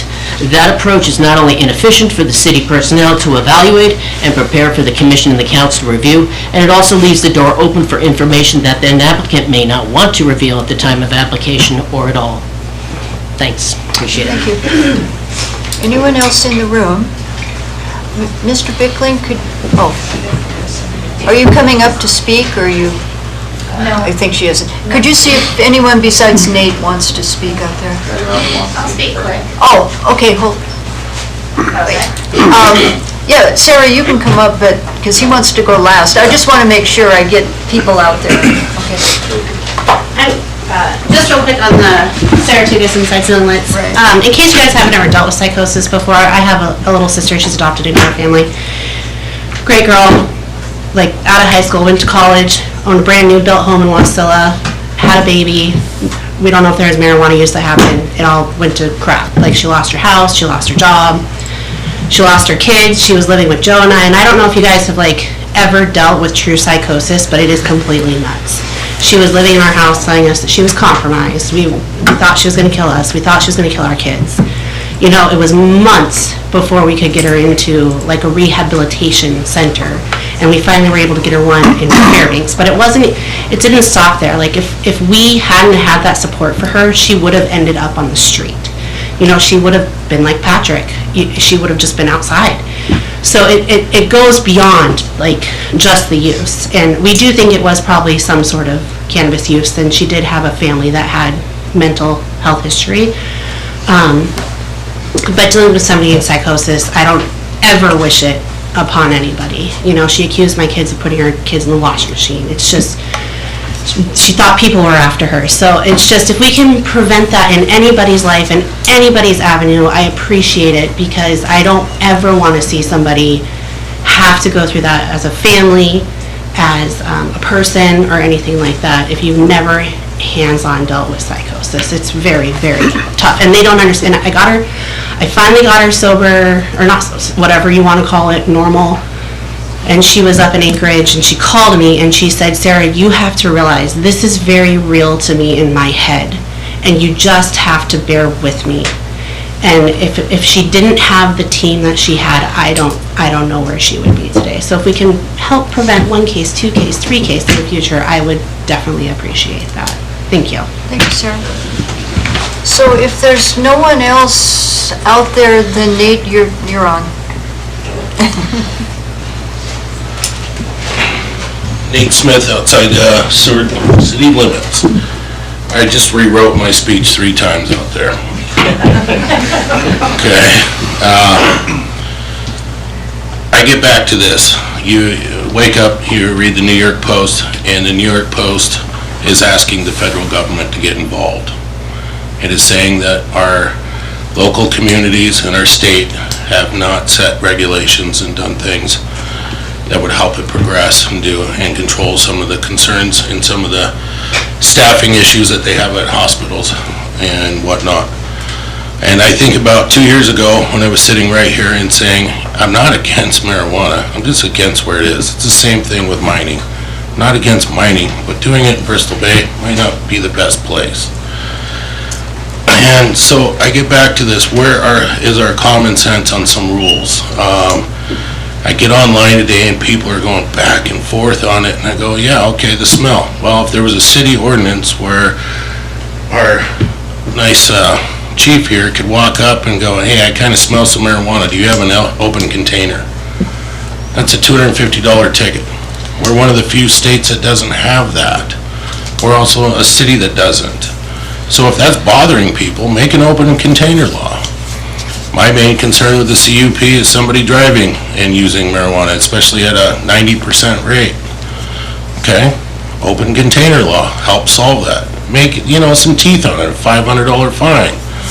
You can't do it with liquor. It's not anywhere underneath any of our city statutes. And he could tell you that there's none under the state statute.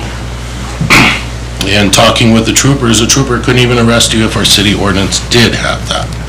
They would have to call the city.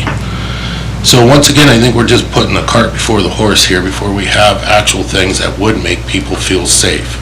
Some basic rules, whether it's city ordinances and going in there.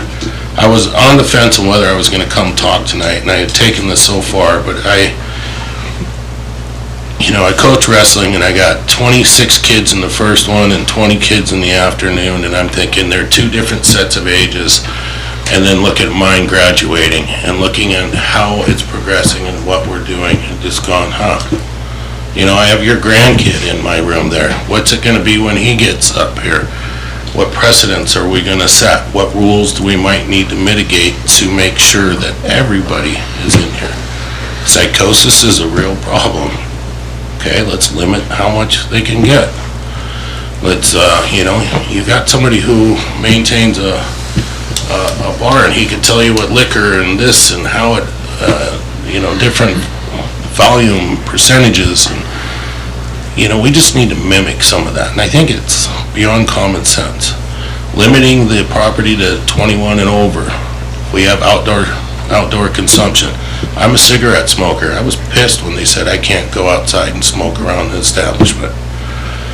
And yet, they stood there in front of Char, and Char's telling them these guys are going to lose 30% of their business if you guys make that a law. And then now all of a sudden we're allowing the same carcinogens in a different area back in there. And we are allowing kids to be right outside that tent. So I think some basic laws and some things that we need to do, and maybe kick this down just a little bit down there, and come up with some ordinances that everybody could be with. I mean, if our chief was walking down the street and he smelled liquor and that guy's pocket was bulging out, he would have the intent to be able to look, and then he could give him an open container law. Why can't we do that with marijuana? He turns around the corner, he smells it, there's one guy standing there. He would have an open container problem. That would stop people from doing it in the public. And there's these things. Having it in the last back row of your seat, driving in a vehicle. I think it's time. We're 2 years down the road. We don't have common sense rules out there. I think it would be simple, and it would cause, why are we fighting on Facebook over these things? It would stop it. So yes, I am looking at government to make some common sense things here. So if we could, however this goes, work forward on maybe some of these other ones. Thanks. Okay, thank you, Nate. So I'm assuming he's the last one? Is there anyone else before? There's no one? anyone wants to. Okay. We're good? Okay. I'll close the public hearing then and bring it back to council. And I guess I should have Councilmember Calhoun speak to his ordinance. Well, I'll speak to it. There's a whole bunch going on out there. Just for now, the one thing to understand, I guess, from my perspective on this whole project was simply to take what I'd heard from public input at some of the work sessions and the planning and zoning meetings and work sessions that I listened to or attended. And one of the big things that came through was how do we want our community to look? What kind of a community do we want to have? Do we want to have a marijuana shop on every corner? Do we want to be, when you drive through Anchorage or you drive through Kenai or Soldotna and you see multitudes of these, is that what we want for our community? And the answer pretty much was no, we don't. And so that's what drove me to bring this forward. And I know there's a lot of other issues that come with marijuana. There's strengths, there's, whether we have a 1 March 2026 date or we have no date, whether we have an outright use in the areas in Title 15 or we make it a CUP. We can take care of a lot of that stuff tonight if we choose to.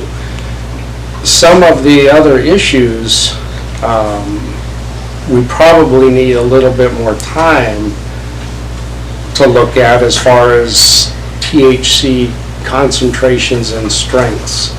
And I understand, the psychosis is a real thing. We've had a lot of reports from around the country with that. The way the marijuana laws are today is you have to be 21 to consume by law. Now, I get it. That's the same with alcohol, and you can get whatever you want at pretty much whatever age you are. I understand that. But this ordinance doesn't have anything to do with some of those issues. This ordinance limits the number of marijuana licenses of any kind allowed inside the city limits. It does not take away what any existing business legally already has, as the way it's written. It does change what may happen in the future if that business is sold to somebody else, because it does take away certain things in that case. And so my thought, come and listen to everybody is, well, heck, we might as well just table this puppy. Let's get another 2 weeks or 4 weeks worth of investigation and information. I've been on the AMCO site. I have tried to figure out what the state calls for when it comes to strength of THC, and they don't have much out there. They don't limit much at the state level. I think there's a little bit with edibles of 10 milligrams per edible and 100 milligrams per package, and there's, you can get an ounce, and that's it. It talks about what you can grow in your own house, how much you can have on you, that kind of thing. So that's all out there, but this ordinance wasn't designed or brought forward to address all of those things. Those are things that we can address, and we can do more in Title VIII and change a lot of that. This ordinance was simply to not allow any more marijuana licenses to be issued inside the city limits of Seward of any kind. That's where I was coming from. I'm not trying to take away a business. We've done the same thing it's a little different subject with bed and breakfast. You know? Because there are a lot of bed and breakfasts that were operating illegally. We're not compliant. And so we allowed them to, some of them, to continue because they have been well established, but if they were to sell to somebody else, they could not be sold as a business, and a bed and breakfast couldn't be run there anymore. So this isn't the first time that we've limited things without hurting the existing business that was in place. So I'm going to say that for now, and then I'm going to let everybody else talk, because I do have a couple changes I may want to talk about. So, thank you. Yeah, thank you. Other input from council, comments? Councilmember Barton. Just quickly, I agree with Mr. Calhoun, Councilmember Calhoun. Extending the scope of this would complicate things, and we need to do our homework and think about this carefully as a community. We hear you. I personally feel that a lot of that testimony is relevant and valid. We just have to do it right. And for instance, potency is a relative thing. So that's pretty hard to figure that one out, but we need to do that. And I think down the road we can start chipping away at these things, and I think we should. So thanks for the testimony, and we hear you. We are trying, and I think Mr. Calhoun's saying we're putting on the brakes here. We're trying to do something. So let's acknowledge that we're at least trying to do something, and as a community move forward and try to do the right thing here. Thank you. Yes, go ahead. Mayor, we have the attorney on, correct? I believe so. Sam, are you on? I have to call him back. I disconnected due to some feedback issues. Yeah. Did you want me to give him a call? Yes, please. Yeah, I have questions concerning the date that he put in here. Okay. Yeah, he hadn't muted, so we got disconnected because of that. He was watching online. Oh, there he is. Sam, we've got you on, and Councilmember Calhoun has some questions for you. Go ahead. Hi, Sam. Thanks for being here, at least telephonically. Can you give us a quick, I think you talked about it at our last meeting a little bit. Can you give us a quick... Hold on just a second, Councilmember Calhoun. We're still getting some kind of background chatter here, Sam? I'm just in my office speakerphone and... Well, now it's not, so I don't know what's coming through.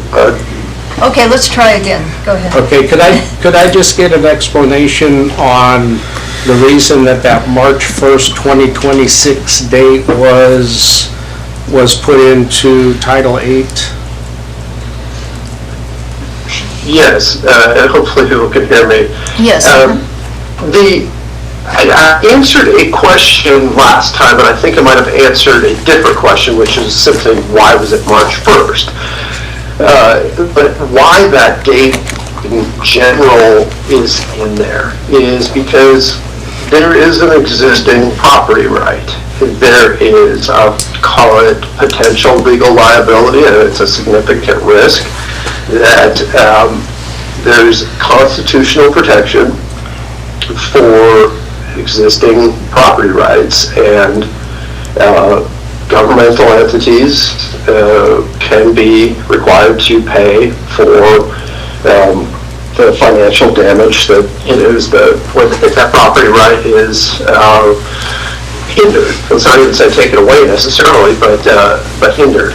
And that's a very real thing that does happen and could happen here, and that's why that's in there.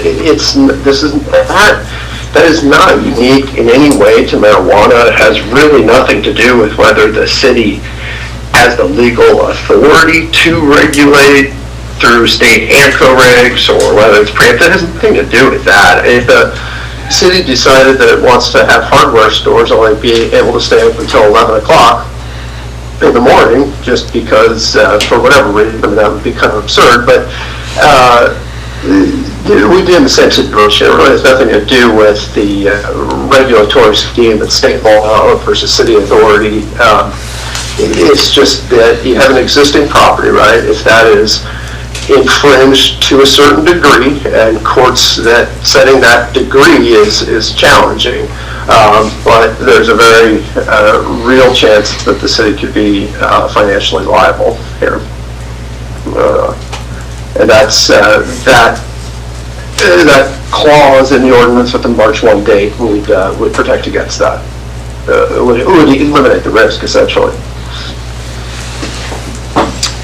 Did that answer your question, Councilmember Calhoun? Madam Mayor, thank you. I guess I'll accept that, as that you know obviously a lot more about that than I do. I guess that I don't understand why the date is even relevant to what we're doing, because we're not saying that if we pass this ordinance that what's already in place is going to be taken away. You know, that's today, you know, with the current ownership and that kind of thing. That, whether it's March 1st or whether it's, you know, February 7th, or if there's no date in there at all, I guess I don't see the relevance to having a date at all. But Sam, if you say that that's a necessary thing for, you know. Well, no, it's a good question, and maybe I'm not answering it correctly. I mean, it just, as long as it is clearly, there might be other ways to write that, and it would have, it would probably have the same function if it said February 20th or March 5th. But I mean, if we put in the body of the ordinance, this doesn't impact anything that's already existing. I mean, it could be done that way. This is just more consistent, I think, just with sort of standard conventions, but I guess the point, it could be done a different way. I think that is true. I hope I'm answering that. But the point behind the whole concept is what I just described, but the way it's written or the actual date could be. Okay, thank you. It's just kind of hard to write it. This way it tracks with each individual section in a way that's kind of consistent, but. Okay, thanks, Sam. Councilmember Calhoun. Thank you, Madam Mayor. Yeah, I brought that up because a number of people seem to have a little heartburn with having that date in there, and I guess I wanted people to understand, if I'm correct, that whether that date is in there or not, that's not going to cement into perpetuity anything that's already there. Why not? Based on the other, you know, the way this is written, and I guess one of those things is defining what a change is. Because it was approved prior to March 1st, doesn't mean after March 1st, it never changes again. I don't believe that's the date, the reason that date's in there. It doesn't take away what's already been approved legally at this point, whether that date's there or not. And I just don't know if that's the understanding of everybody or not. So I guess that's beating a dead horse at this point now. We've gotten Sam's explanation, and I'll leave it at that. Okay, Vice Mayor Osenga. Thank you, Madam Mayor. So just as a different side, so does that mean that if we adopted this, then it would become the adoption time or date, enact this date, that would become the time that? No, the date would remain March 1st, 2026. No, I'm saying if he's saying it doesn't need to be there March 1st and we have other means, when we enact this, then that becomes the date that. No, once it becomes, excuse me, Madam Mayor, and Sam, correct me if I'm wrong, once something is codified, there is no, there's a little note at the bottom that says when it was enacted, but it doesn't say in code, unless laid out in the code ordinance, it doesn't say now this is illegal, but if it happened before, that's okay. It makes it the code at that point in time. Sam, do you have a better legal way of explaining that? Or like, say, if I bought a blue car and tonight you said that all blue cars are illegal starting tomorrow, just because I bought mine yesterday, we keep pointing to Chief Tanner can pull me over tomorrow because I'm driving a blue car. Like, there's no, unless you say, unless the blue car was purchased prior to this date. Right, I mean, using that kind of works for me. We'll want to make it clear to everybody that if the blue car was purchased before March 1, then you're okay if you have a blue car. But without a specific date or some specific statement laid out, it just becomes code. Right, then it would, I mean, without that, then it would, without that date language or something similar, I mean, it could say, anybody with the, XYZ endorsement prior to the passage of this ordinance. I mean, it could say that if that made more sense to people. But, yeah. But it sounds like we still need some indication of that, so, yes. Well, Madam Mayor, I think that was kind of my point with the date that's in there, is if we pass this, March 1st doesn't really matter as much as March 23rd. It's still going to be in code. Right, and it would mean the same if it said March 23rd. I mean, it would mean the same. Okay. Thank you. Yeah. And reiterating from the prior meeting where this was introduced, I believe Sam and his team utilized the March 1st date because that was the extent to any sort of appeals or anything for any previously applied CUPs. Right, and let me go back, thank you, Kat. Let me go back and explain that briefly, because that might make it make sense. It's no mystery that this is about one particular, place, and that conditional use permit was recently granted. And the way Seward's code is set up, a conditional use of permit, once it is appealed, is essentially not effective. Some places it would be effective while the appeal is pending. Seward just specifies that it's sort of up in the air while the appeal is pending. And then once the appeal deadlines, the decision is issued, there's an appeal deadline to the court, that ran, nobody appealed it. So March 1st was sort of a safe date. It could have been February 26th, I don't know, but March 1st was a sort of a margin of error for when that right was fully vested, for lack of a better word. But so that's where that date came from, is that it was designed to be a safe margin of error to recognize that right through the running of all appeal deadlines related to that conditional use permit. Okay. Thank you. But, yeah. Okay, any other comments? Yes, Councilmember Calhoun. Well, at this point, Madam Mayor, if it's appropriate, I would like to make a motion to amend table 15.10.226 for marijuana establishment, retail store, and take out use permitted outright and replace that with use requires conditional use permit. Okay, do I have a second for that?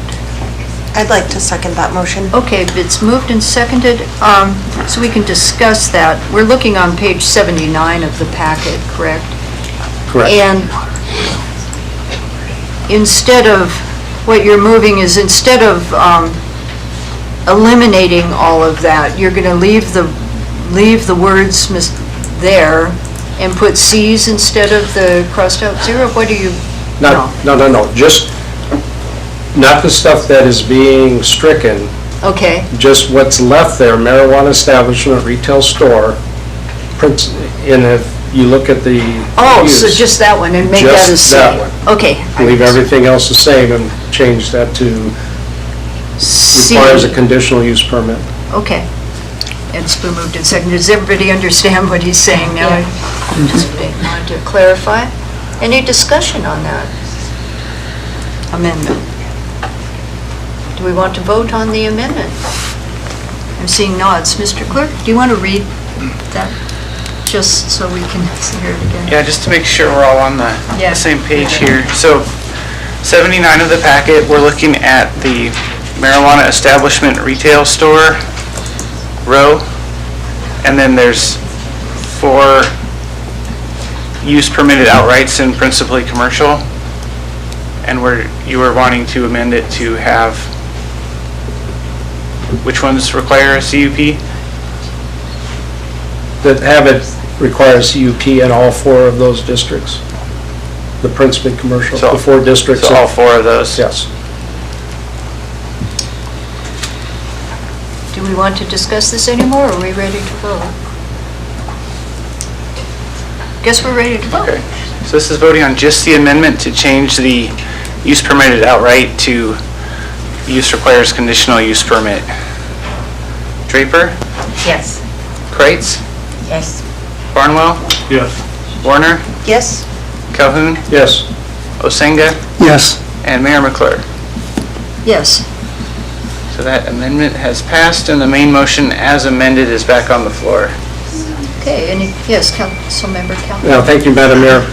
Just a little, maybe some clarification on the 6th whereas on page 77, where it talks about understanding that any substantial change in use or business would be subject to the laws that exist at that time. I guess there's been some requests to maybe clarify what substantial change actually means. And I don't know where we would put that, if we would make that a number 6 on page 79 up at the top to define. I don't know where the definitions would be, but I just think if we're going to have something that says substantial change in use in business, we need to understand exactly what that is. You know, does that mean if the business is sold? Obviously, that's a substantial change. Right. So if this ordinance were to pass and the business was sold to somebody else, that new owner would not be able to have a walk-in, drive-through, or on-site consumption. Does it mean the building is torn down and rebuilt in the same location? Would that qualify as a substantial change? If it's just a new building? If it's a remodeled building? If the floor plan change? I guess my thing is just to make sure that it's clear, unless we want to do that at another time, but make sure that that's clear so that if there is going to be a new owner, or just the current owner understands what substantial change means. I don't know if that... Councilmember Draper first. Yeah, thank you, Madam Mayor. I had the same issue with substantial change being too vague, and is it possible it could say something like substantial use, including but not limited to change of ownership, change of location, substantial alteration to the building, and maybe just add a comma? I mean, Sam, is that a possibility? I mean, Let's see what Sam says. yeah, thank you. I think one thing to really bear in mind is that is that's in a whereas clause, so it's an important statement, but I don't know that we need to necessarily, I'm concerned about legislating around it because it's just designed to explain, not necessarily, really the law, I guess. So I think if we want to look at it, why don't we take, this isn't going to be an issue for a few years, presumably, if ever, so my thought would be come back in a couple weeks or a month and have add that with more thought, because right now it's really not part of the, part of the actual ordinance. And another thing I wanted to point out around that, is substantial change. One, there is a body of case law around that. That's not a term that's unique to this particular recital. And also, just if it makes anybody feel more comfortable, that substantial is used in city code 35 times or something. I looked at it a while ago, and for all kinds of things, from conflict of interest to various different things, and we seem to navigate it. So I think it's a point well taken, but I think we could look at it as a separate ordinance rather than kind of trying to do it now. It makes the most sense to me. Be my suggestion. Okay, thank you. Vice Mayor, did you want to comment? I think that was the point you were going to make. Thank you. Councilmember Warner. Thank you, Madam Mayor McClure. Just a little bit around that whereas, and just, it's my understanding whereases are just a little bit more of like guidance around why this ordinance is here. It's a little bit of back history or evidence for the ordinance. Is that something that we would want to look at, maybe moving actually into our Title 8 and having the substantial change piece be encoded there, or are we all just happy with it being? So I think that's what Sam is referring to. Currently, as it's written, the whereas, as you said, is sort of supporting statements. It doesn't become code. What we could do, rather than finding ways to rework this whereas, is come back and look at codifying something that defines what that substantial change, if that's what council would like. Okay, Councilmember. Yeah, Madam Mayor, and on that, I would think that if we get to that point, that would be something that I think community development, planning and zoning might be able to take a good look at if it's a substantial change, since it requires a CUP to be done. Okay. All I right. think I'm done. Okay. Just remember that what we're looking at here came out as a result of the work session we had where we were asked to do something, and Councilmember Calhoun came up with this.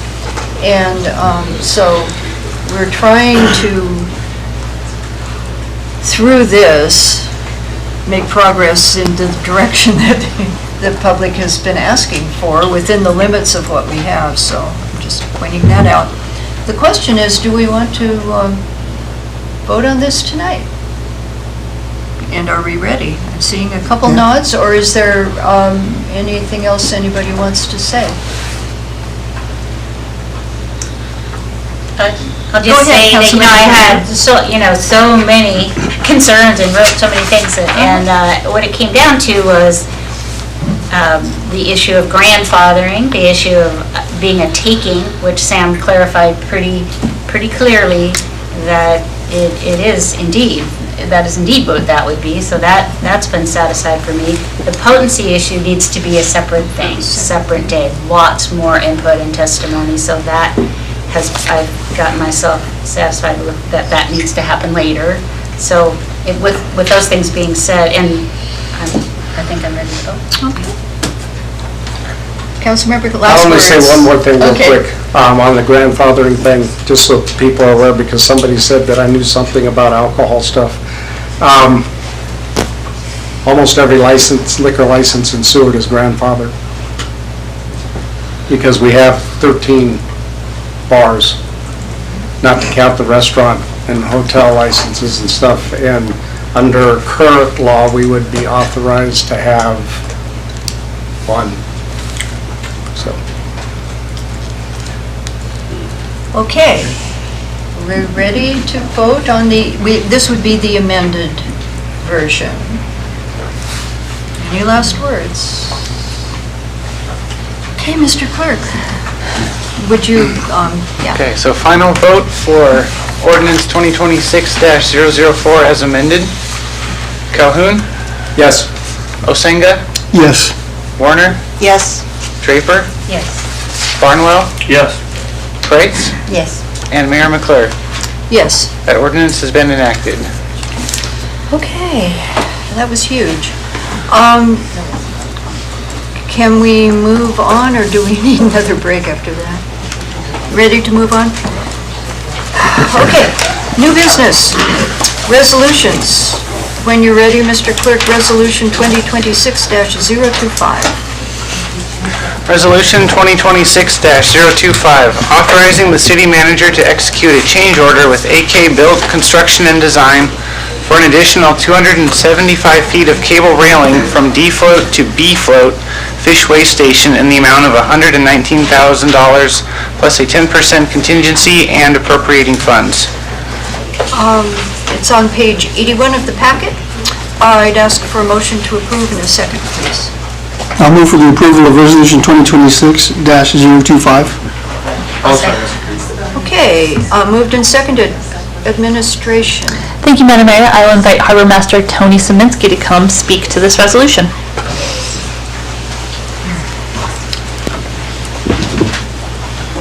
Good evening, Madam Mayor, Council.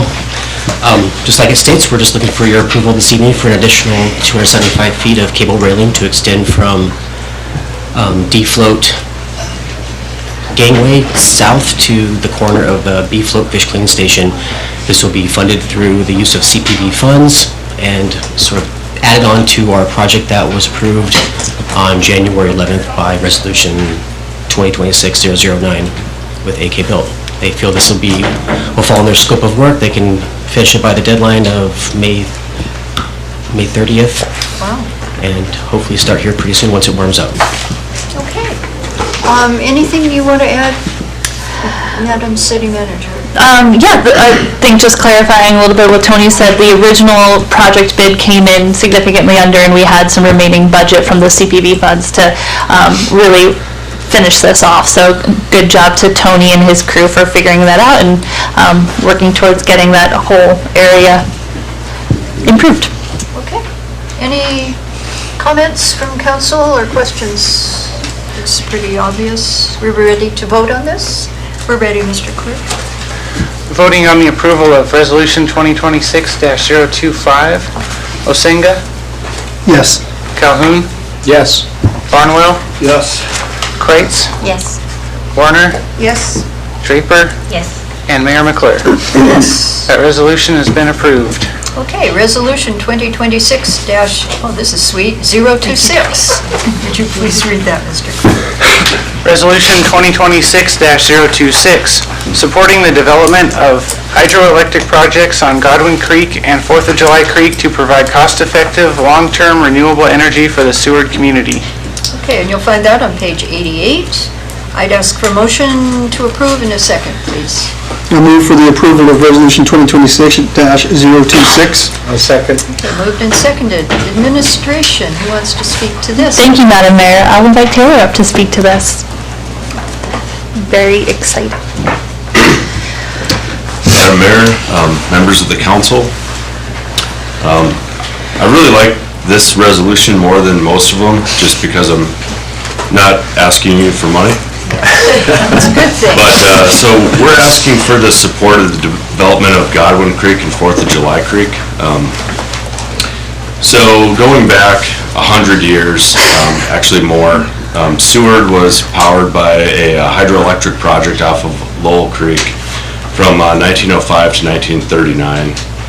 And going back to the 1915 geological or U.S. Geological Survey, they interviewed the general manager of Seward Light and Power.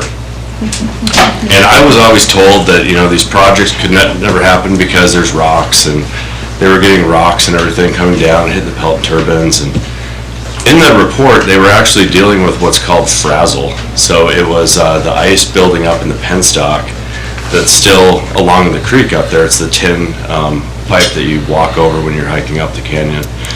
But so they just had a tin penstock that they probably put in with horses and everything, and they're super impressive weir, about a mile up from the race trail. And so with the newer technology we have now, we don't have to worry about frazzle anymore. And we've got tons of hydro potential around Seward. And Godwin 4th of July has been studied multiple times in the past. There's some data that we kind of fell into. We got some river data from Polar Consult. that studied 4th of July for 6 years. We took a couple trips up there with civil engineers and studied the flow rate, looked at each valley with the glacier receding. There's actually, on the head of Godwin, there's an existing lake. And then at the top of 4th of July, there's some rock formations that would, you could easily put a little dam in there. So we're thinking about raising Godwin Lake 35 feet and the 4th of July Valley 25 feet to actually have water storage so that we could have year-round power from both of those sites. Now, how much power is, we have to do a feasibility study, but our initial data is showing between 7 and 15 megawatts from Godwin and between 4 and 8 from 4th of July. So just to put this in perspective, our max load, and most max loads in Alaska are in the winter, but for some reason, I think it's the tourism, ours is in the summer, and we peak at 8.5 megawatts. So anything that we produce past 8.5 megawatts can be sold back to the rail belt utilities. And the rail belt utilities are running into an issue right now with a natural gas shortage. We do have a little bit of competition on this project, just to be clear. Chugach Electric has put in a permit for Godwin only to exclude 4th of July. But we would like to put our competing permit in, and we've got it actually ready to submit. But if Seward built this project out, we'd be splitting the savings between 3,300 meters and not 100,000 meters.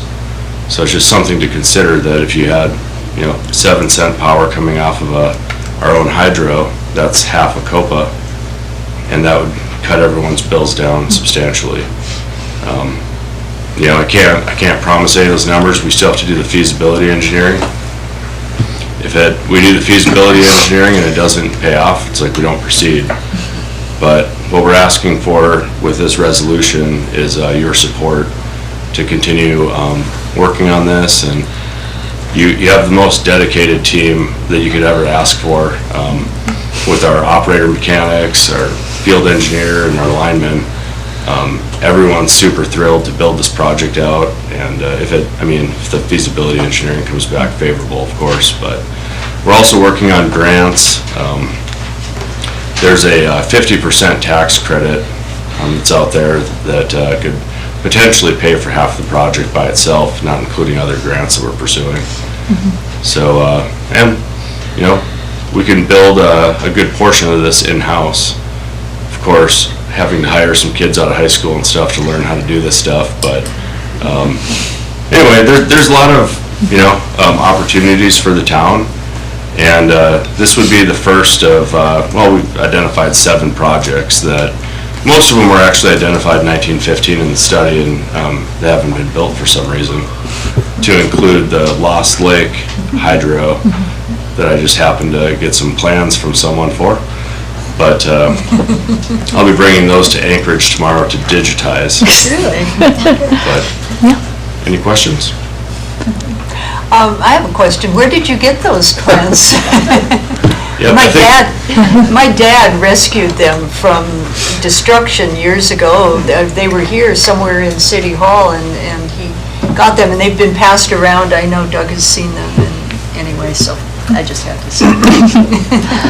Yes. And just to add, this resolution, like Taylor said, shows support, and it kind of comes at a pivotal time where we're seeing other applications for hydroelectric projects in our own backyard, and we're looking to move forward with those in-house, as Taylor said. So the next resolution will add to that a little bit, but this one just gives us your blessing and your affirmation that this is something you'd like us to continue exploring and continue moving forward with.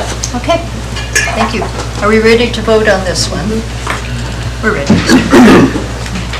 Voting on the approval of Resolution 2026-026. Barnwell? Yes. Draper? Yes. Calhoun? Yes. Osenga? Yes. Warner? Yes. Kreitz? Yes. And Mayor McClure? Yes.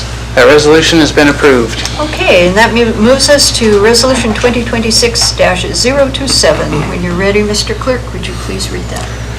Resolution 2026-027, Authorizing the city manager to accept the proposal from RESPEC Company for engineering support for FERC preliminary permit applications for the Godwin Creek and 4th of July Creek hydroelectric projects in an amount not to exceed $60,000 and appropriating funds. And you'll find that on page 95 of the packet. I'd ask for a motion to approve and a second, please. I'll move for the approval of Resolution 2026-027. I'll second it. Okay, moved and seconded. Administration, gee, I wonder who... Yeah.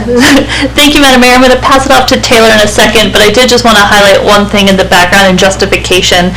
This would authorize us to accept a proposal to move forward with a preliminary permit application for Godwin Creek and 4th of July. But to clarify, the preliminary permit does not authorize construction, but instead provides the permit holder with exclusive right to study the hydro potential of the site for approximately 3 to 4 years.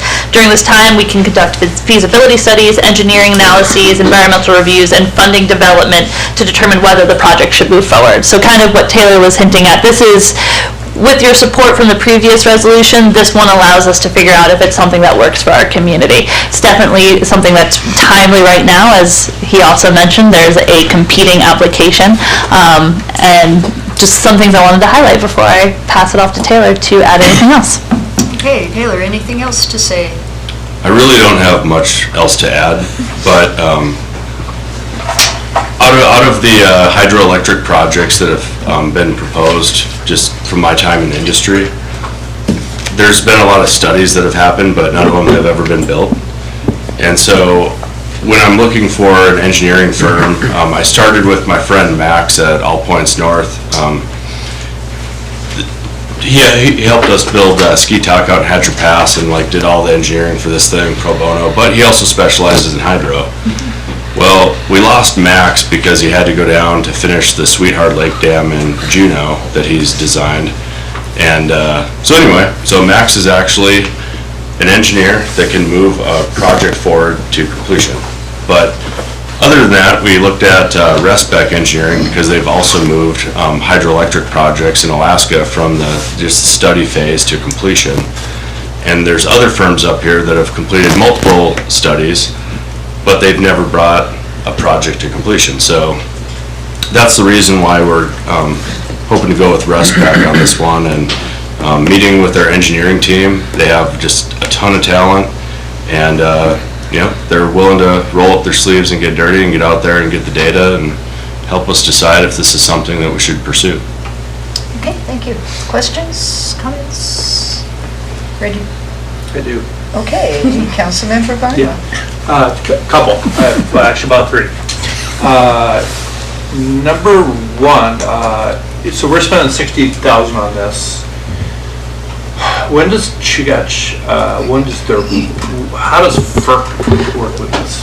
So FERC has a filing window of about 60 days from the time, or 45 days from the time an initial permit is applied for, that you can do a counter permit as well or intervene. If you pass this resolution tonight, we will hit send on all of the buttons tomorrow so that we fall within that window of intervening and applying on our own. Or have we submitted our own application? So our application, I believe, gets submitted on April 6th. Yeah. We were going to go with April 1st, but we pushed it to the 6th. But tomorrow there's going to be a notice to intervene that's sent out. And then we're also working some back channels to be good neighbors with everyone else on the rail belt. So second question, just follow up on that. How is our project different than Chuyach? Do you want to talk about this? I mean, maybe. Oh, I can talk. I'd love to talk about that part. So Chuyach is only going after Godwin, not 4th of July. So our project, instead of just having one penstock coming down from a dam on Godwin, has 2 penstocks, one from Godwin, one from 4th of July, coming down to a combined powerhouse, where each one of our dam/weir sites would have 1 penstock each coming down, but then we'd have 2 separate turbines at the bottom in the powerhouse. So we'd have 4 turbines. And then, let's say in the middle of the winter, the flow rate's coming down, we're dropping too much lake level, we can't support the entire load. Instead of just completely shutting it down, we can just shut 1 turbine down, we still have half the power, enough for our town to move forward. But The main difference is that we have two, reservoirs that are feeding down into one powerhouse, instead of just the one on Godwin. So it isn't a run of the river then? It started that way until we found out that we could have like storage capacity and make it from a seasonal run to a year-round run, and not really affect any recreation or anything, which is really rare, because like on Scheffler Creek, let's say we wanted to put a big dam up across Marathon Bowl, then we'd be ruining a bunch of good recreation and stuff. But in these two areas, it's very lightly traveled. All right, anything else? Ready to vote? We're ready, Mr. Cole. Voting on the approval of Resolution 2026-027. Kreitz? Yes. Warner? Yes. Calhoun? Yes. Osenga? Yes. Draper? Yes. Barnwell? Yes. And Mayor McClure. Yes. That resolution has been approved. Okay, Resolution 2026-028. When you're ready, Mr. Clerk, could you read that? Resolution 2026-028, authorizing the city manager to support funding of the Obihiro exchange program for a group of 4 students to travel to Japan by providing $3,000 per student for round-trip airfare for a total of $12,000 and appropriating funds. And you'll find that on page 130 of the packet. I'd ask for a motion to approve and a second, please. I move for the approval of Resolution 2026-028. I'll second it. Moved and seconded. Administration, do you want to speak to this, or Mr. Clerk, or who wants to speak? Yeah, sure. I can say that this resolution was sponsored by Councilmember Kreitz. It was an idea that she brought up recently, and I'd be happy to pass it over to her if she'd like to introduce it. I can give you an overview of how we purchase these tickets now upstairs in the clerk's office. All 3 of us use our city credit cards to purchase the airfares, and we like it that way to keep the booking tightly controlled and make sure everyone is on the same flight. And then the families come in and we go to the utility counter with them, and they reimburse the city for the full airfare. So if this resolution passes, let's say that a ticket was like $3,500, then the family would come in and pay just the amount above $3,000, so they would pay $500 for the airfare rather than $3,500. And we do like supporting the exchange program. Did you want to speak to it?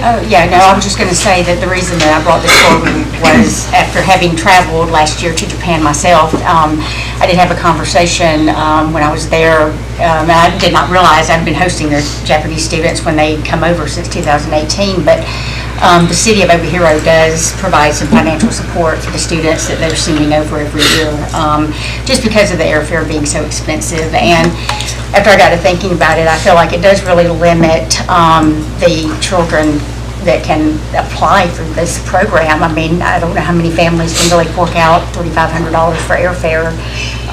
And so this really, I think, would open up the pool to who could apply and give everybody kind of an equal fair chance of being able to go. So. Okay. Any comments, questions? Councilmember Barnwell. Yeah, I'm a huge fan of this program,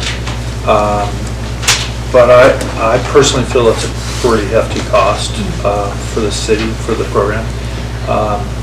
I would be interested in, well, for instance, I did a Google Flights search today, and it came up around $1,500 to $1,700 to get to Obihiro from Anchorage on today's rates. And I know that's Google Flights. I know the cities it's probably going to be more than that, but maybe, let's say $2,200. I think when I went, it was somewhere around 2. Would it be possible to do, say, have, well, I'm going to back up. I want to say that a lot of these, like the swim program has done a fundraiser to raise money for their program. How about if the Obihiro kids, if you had either a scholarship for the city to say pay for one of those $2,000 or $3,000, let's say even $2,000, and they have to come up with some of the money, but you have a scholarship for one of them, and then assuming the other 3 could afford the flight from their own means. Or maybe two. I mean, just to compromise here a little bit. To me, it's just a lot of money for this program. Yeah. No, I wouldn't mind having a conversation about this. Yeah. I see where you're coming from.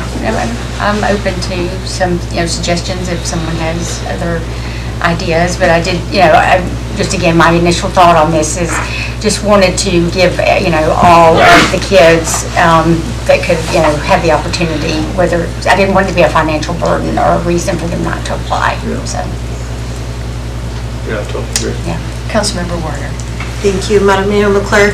I hear what Councilmember Barnwell is saying about the families having some kind of buy-in to it, but I would probably go a little bit more in favor of approving the full $12,000, because I also know that you're going to end up with a youth who is very interested in going to this program, but maybe doesn't have the home support to do the fundraising or to raise the funds, or even just the skill set or the support group to help them do some of the fundraising pieces. Been doing a lot of fundraising right now for the snow school for our 5th graders, and that's been pretty extensive, and you really see the same group of parents showing up, making those events happen, and just really making sure that all of our Seward youth, no matter what their home structure is, has the ability or the opportunity to apply for this. So I think I'm in support of funding the full $12,000 in this resolution. Thank you. Any other comments? I have a question. Councilmember Calhoun. So, by doing this, how do we choose who's going? When you get 27 kids apply because they don't have to pay for it? Do either of you guys are involved in that? So There could be more work on our end in terms of interviews if there's a huge demand for it. Right. But the process would be the same, basically. We review the applications and they come up and do in-person interviews with us, and we try to narrow it down to the 4 that are the best fit for the program. Who was the other one that, Councilmember Draper, I'm sorry. Thank you.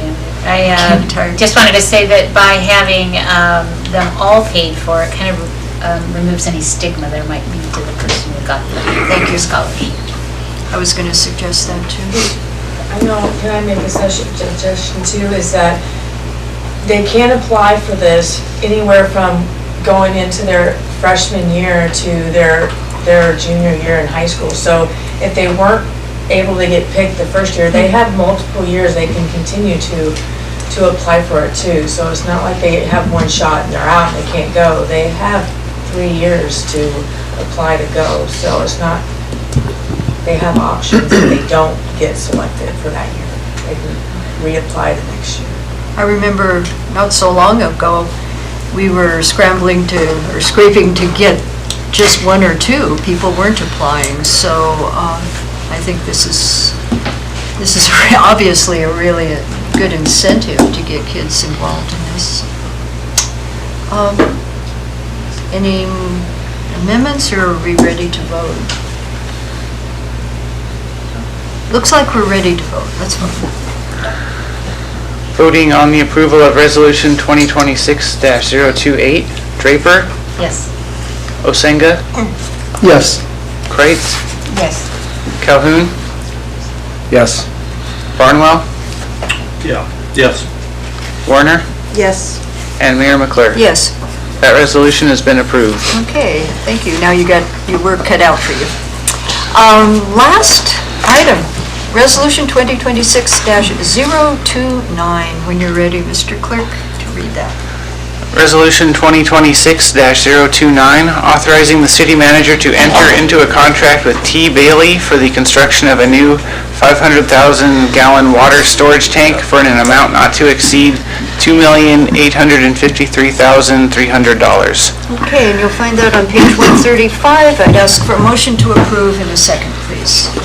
I'll move for the approval of Resolution 2026-029. I'll second. Okay, it's been moved and seconded. Administration. Thank you, Madam Mayor. I'm going to invite Public Works Director Doug to speak to this. Okay, Doug. Best for last. This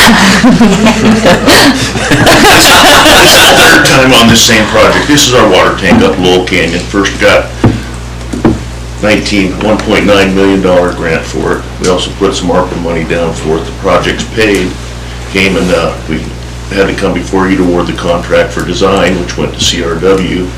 Now we're here just to award the contract for the actual construction of the water tank, which will happen this summer, and it's looking good. We had 3 bids. This was the lower of the 3 bids with a very reputable tank company. T. Bailey also did the shoreside petroleum tanks over there, and multiple others. If you look them up online, they're incredibly qualified and are using some of our local contractors to do a lot of the work for them. So win-win, pretty easy one, but answer any questions if you had any. Okay, questions? Just Councilmember quick, Kelly? and I apologize if I didn't quite hear, you say this is already paid for? We've already got the funds. We've already got the money? Yep. Sounds like a no-brainer. We're ready, we're ready, Mr. Clerk. Voting on the approval of Resolution 2026-029. Warner? Yes. Barnwell? Yes. Kreitz? Yes. Osenga? Yes. Draper? Yes. Calhoun? Yes. And Mayor McClure. Yes, That resolution has been approved. we like ones like that. Okay. Sorry to make it so tough on you. Thank you, Are Tom. we okay to proceed with citizen comments? Yes. Okay. So we're down to citizen comments. You get up to 5 minutes to comment, and as he demonstrated, it's by hand raise. I brought some props. This is all in your 5 minutes. This is going to be my shortest presentation on heat pumps. This way. Something like that. That's already 3 minutes. Good. Okay, I'll keep it down to 2. So I just wanted to do, for those that really just have heard heat pumps but have no idea what they are, I thought I would start off with a gallon of oil. After you burn it in your boiler, you end up with a little over 100,000 BTUs of heat. So a BTU of heat is a pretty small amount, but they pack a lot of energy in with. An electric heater, if we ran this at 1,000 watts for an hour, it would use 1 kilowatt of electricity, and it would produce 3,412 BTUs, exactly. Well, if you divide 3,400 into this guy, what is it, 32, it would take 32 kilowatts of electricity to equal the amount of heat that you get out of 1 gallon of oil. And at our current rates, doing a little blending with summer, that works out to, what was that? $9 a gallon. So it'd be equivalent of $9 a gallon oil, which is why we don't use a lot of electric heat in town. If we go to a heat pump, the magic of a heat pump is, if we took that same kilowatt of electricity, instead of just burning it up in this electric heater, we actually had it operate a compressor, and that magic of refrigeration, the same magic that we use in all of our refrigerators and freezers. So it's been around, that technology, forever. It's just gotten a little better. And so in Seward, if we run that kilowatt in there, we actually can get 2.5 times the amount of heat out of this heat pump as we got out of this electric heater. And I say for Seward because it's kind of climate-based. The colder it is, the harder a heat pump has to work. So you don't get as quite an efficiency out of it. And so when I look at heat pumps around the rail belt, you go to Fairbanks, it's just too darn cold for the economics to work very well. If you look at South Central, they don't burn oil, they burn natural gas, which is 3-4 times cheaper than what we pay for oil. So a heat pump just can't compete with natural gas. That's why you just don't see heat pumps. in most of South Central. The utilities do have some oil customers, but there's so few of them that they, the economics of them going to get a rate study done to come up with some incentive program is pretty difficult for them to get through. Whereas in Seward, we've got far more opportunities. I guess on the final deal I wanted to cover is, if you're concerned a little bit about climate change, kind of interesting, if you burn a gallon of oil, you're going to produce 22 pounds of carbon dioxide. If you use straight electric, you'd be using 24 kilowatts, or pounds, you'd produce 24 pounds of CO2. The heat pump, because it's so much more efficient, you're only going to use 10. You're only going to produce 10 pounds of CO2. So it's a big advantage. And to me, when we talk about renewables, that's the holy grail with heat pumps. Because if we can be powering this heat pump with renewable energy, we're essentially producing no CO2. And we're doing our fair share for the environment. So that's the shortest heat pump presentation I've ever given. Thank you. Thank you for your time. Okay, who else wants to speak? Maya? It's going to take him that long to repack the demonstration. Yeah, maybe. Yeah, it appears to be on. Works? Okay. First of all, we need your name again. Again? Yeah, I know. Maya Moriarty. I live outside city limits, work inside city limits. Thank you for passing that resolution. It's at least a start.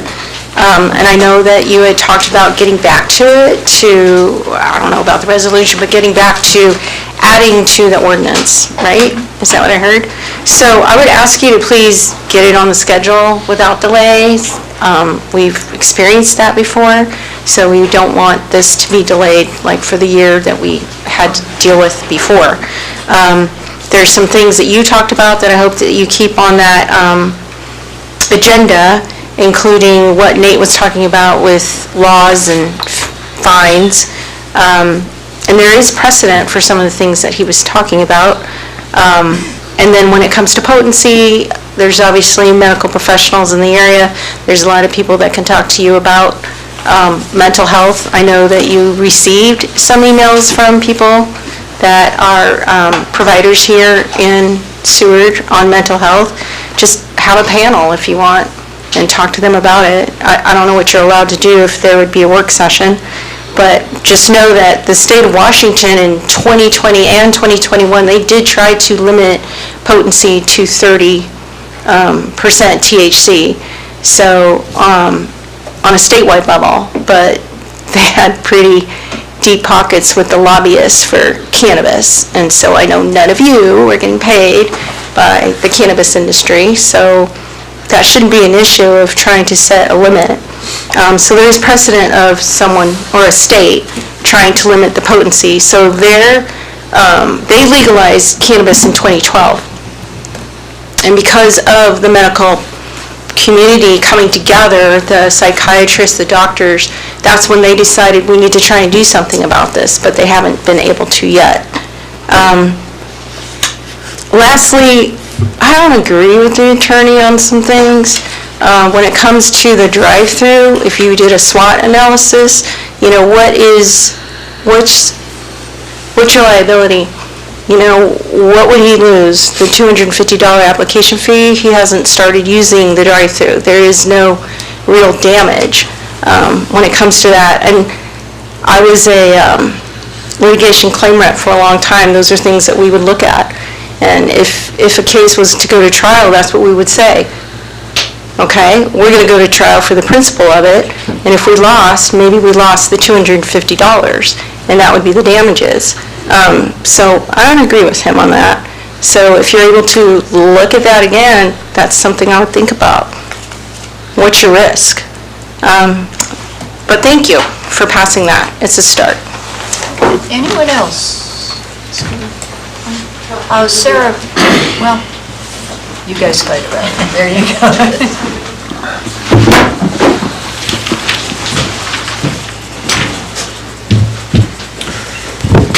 Nathan Straubinger within city limits. This evening, talking about the new Harbor Master project and lots of good, exciting things, and definitely 100% support the project. I think the biggest thing is just being able to differentiate between all the different segments of the project. So, the lease spots, and all of a sudden if the lease spots are now interfering with the restrooms, and then now we're going to tear down the restrooms and potentially not have restrooms for a handful of years, sort of just a little bit of cart before the horse. So, Seward, lots of different user groups. You have all the slip holders from the uplands. You have a lot of the sport fishermen and a lot of commercial fishermen and a lot of trailer traffic. We have a great new boat ramp, and with that boat ramp, getting a lot of more traffic and good, access. And so, people coming from Anchorage, either down the tunnel, going through Whittier, a longer drive to Homer. Mark Clemens had a great presentation on some of the pluses of all the sport fishing. And, if you start to dive into more of this fishing aspect, big plug for all the fishermen. A lot of them aren't here, a lot of them sort of off the radar as far as, their parking situation once we start pushing the utilities through. So, the big issue would be if you block that north area, then you're going to lose your view. Nice big plug for Tom Tugas. The Major Marine new project, the original build was going to be along Port Avenue, and then you're going to lose all of your visual aspects. And so the new build, one, being attached to the building, you're saving on utility costs, you're saving the view shed, and it really opens up that area. Bigger turning radius for the buses, and opening up the passenger traffic along Port Avenue. So, we want those ships coming in and a lot more foot traffic. When we're looking at our Harbor Master build, it's not just a 10, 15-year project. Just like Jason was highlighting, this is going to be a building, a forever building. It's going to be something that we need to plan ahead for, that 40 or 50-year mark. So, the parking aspect, if all of a sudden, lease spot is now in this specific little area, the utilities are already there. The downfall of that, you're going to lose all those parking spots. And so, it all means, 15%, 35%, if all of a sudden, whatever percent it is, if we don't design a good parking scheme, we're going to, shoot ourselves in the foot for the long term. So, even if we have to, spend a couple bucks to, move utilities and orient and, fight for the existing parking we have, the long-term effect is definitely going to be a big issue. Usually, if it's not broke, don't fix it. So, if you look on Google, and, that's where we're sort of starting our basis with. Google, you have 4 lines of traffic, and, it's industry standard, we call it the wishbone, 2 double lines, nice pull-through. And, statistically, pull-through parking is 100% the safest, and, you don't have to back up. Trailer backing is definitely an issue. Looking at the diagram, just for a little bit of, color coding here, and I worked with Taryn, went to the office on Friday, and we talked extensively, and the driver's side backing versus the blind side backing. A lot of these spots, just with the truck and trailer aspect, you literally might not be able to actually back in some of these spots. So the spots that we have, those actual numbers might not actually be true numbers if you actually can't back, and more dangerous more incidents, more fender benders. So just looking at the parking and utilities first before moving forward. Okay, thank you. Anyone else? Okay. Actually. Just go. Oh. I'm trying to be the best for last. I'm trying to be, The name card somewhere. Get. I'll be brief with this one. Taylor Crocker, outside city limits. But we have our local hire apprentice position is open. It's actually been open. It's not the normal application process though, so you have to apply through the Alaska Joint Apprenticeship Program. So, a week from Tuesday, I booked the meeting room at the library from 5 to 7. So if you know anyone that's interested in becoming an apprentice in Seward or just an apprentice in general, the line crew and I will be down there to answer any questions about the job, kind of, let you know how line work works, and just guide anyone through the application process that's interested in applying. So, Thank you. Sounds good. Okay, Sarah. No, wait. There's one more.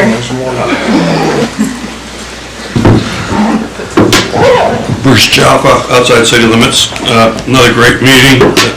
Some of your decisions are tough, for sure. I'm always amazed that you have 100% or almost 100% voting. Again, it doesn't need to always be that way. First thing I'd mention is, in driving in today, I noticed that the Seward Highway is getting worse and worse. Even the new sections that the brainiacs at DOT designed have serious problems. Serious problems. We're going to be bringing boats in here. Seward Company is going to bring huge numbers of people in here. There'll be bus traffic. There'll be continued growth over the freight docks. So there'll be not just railroad, but there'll be a lot of highway traffic. I've mentioned before, the city of Seward needs to help the communities, including Moose Pass, to push DOT to get these projects done. We can do the projects through Moose Pass without destroying the community. We can fix roads. Maybe we have to spend some of our $90 billion, but you need to get your legislature. We have two senators on this side of the peninsula, to help us, and I think Kat and Jason probably work with them a lot, but it's coming to a problem. The potholes are going to get worse and worse and even dangerous. The ice is a problem. I'm really happy, topic 2, I'm really happy that you guys passed the Godwin Glacier project, and so is Taylor, and I know that you got the right team in place to help move these projects through. Your selection of the engineering company, I think, is really very good.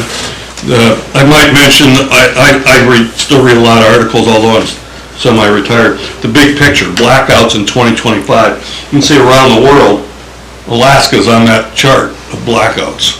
So having local power available, including our generators, including hydro, the Marathon Creek, the Godwin Creek, this book is full of information about the Kenai Hydro that Homer worked on. I also have information on Godwin application by Chugach. PACAB studied hydro clear back in 2024. Lowell Creek hydro projects. There's no limit, almost no limit. It's not going to be easy. These things are long haul. They're built for a long term, but they can be done. I'm also very happy that you did take a hard position on the marijuana drive-through. I don't think we want to hurt anybody's business necessarily that's followed the rules, wherever they have, but I think we need to protect our young people. Carol and I, over the last 6 months, drove through half of Canada, the northern United States, and I just made a trip to Southern California and back by road. There are marijuana shops everywhere. They're everywhere. It's unbelievable. I don't want Seward to be the destination for marijuana in Alaska, frankly, but that's just me. Thank you, Bruce.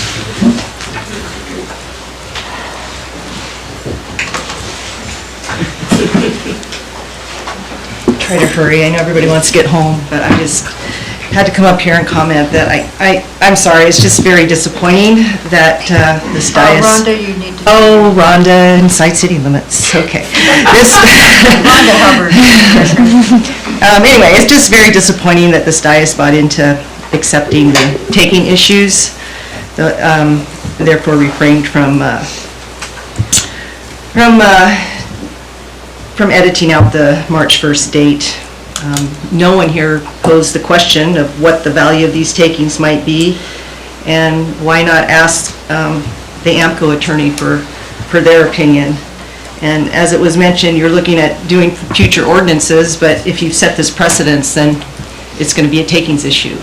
So what's the point? I just want to tell you too, when I listened to the last AMCO meeting, they in the Bristol Bay Borough, they don't have regulations, but there was a marijuana establishment that got approved into their borough, and they asked the AMCO not to issue it and to put a stay on issuing any licenses in their area because they wanted time to deliberate in instituting new regulations into their borough. And they went round and round about it, but they decided that, they said, no, we'll go ahead and issue the license, but if as the borough deliberates and if the people decide that they're going to institute a regulation to not have or opt out, then the license will be removed. They have 90 days to comply. Okay? Same thing here.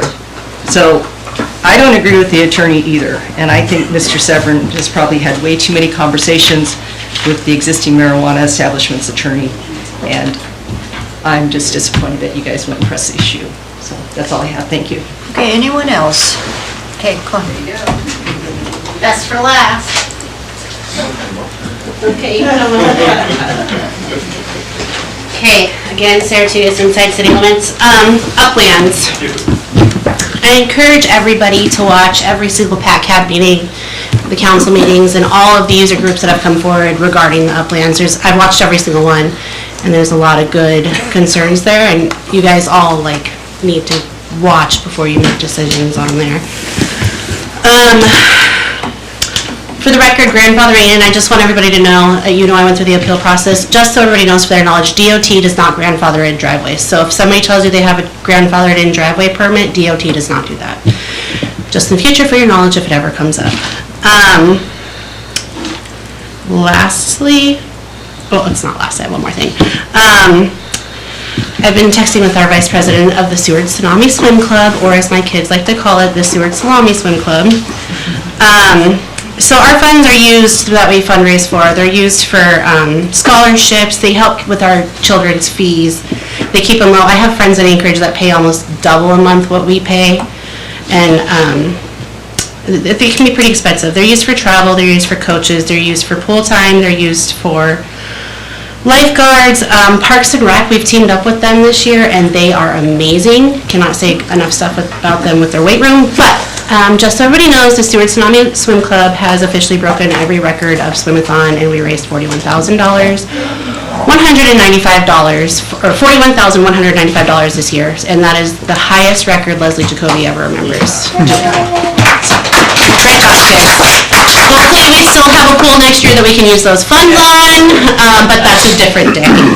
And then I think everybody in this audience tonight, and thank you for listening to our concerns, I think everybody needs a Chuck Norris joke tonight, because we just need that right now. So, Chuck Norris didn't do push-ups, he did world downs. So you guys can use that and say it, and have a good evening.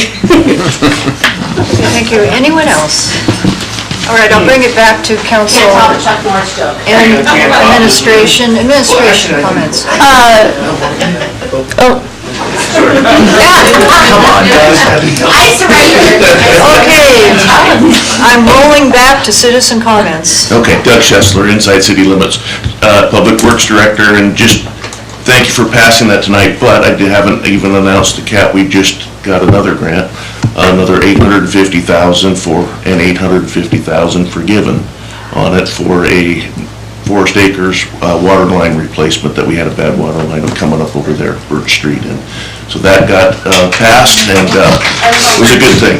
And so just wanted to let you know that you'll see more of me 3 more times for that one, I think. Thanks. Okay, thank you. You win. Okay, now, council and administration comments. Administration. I'll use Doug's as my comment for tonight, thank you. No comments, thank you. Okay, Councilmember Draper, we'll start with you. Thanks to everybody who spoke. That was a lot tonight. And the Providence presentation, I really enjoyed that. I'm glad we did that. I want to thank Taylor for doing the explanation of the utility bill in the newsletter. That was my idea. And I think that was fantastic. And also wanted to say that I'm wanted to use Bob's quote about this hydro product being the most exciting thing that's happened in Seward, maybe since I've lived here too. What else? I wanted to congratulate, I know they're probably going to get a proclamation, but the girls basketball team took the state tournament for the 2nd time in a row. And also, they did us proud as well as the local Iditarod Mushers. So Sam, Sadie, and Travis. And that's all I had. Cheerleaders. Cheerleaders! Okay, sorry, those two. Councilmember Kreitz. Okay. Councilmember Calhoun. Thank you, Madam Mayor. Not much to say. I just want to thank everybody for exercising their First Amendment rights tonight. That's why we have those, whether we agree or not. It's always a good thing. Okay, Councilmember Warner. Thank you, Madam Mayor McClure. Keep it pretty short. I'm going to echo what Councilmember Calhoun said. Thank you to the public that came out today and spoke on the various issues on the agenda. I appreciate everybody's respectfulness in their comments and their kindness. Just looking forward to continuing moving into spring with the great community that we have. And one quick shout out to the library, because it's like my favorite. They did a really cool youth program in partnership with Parks and Rec.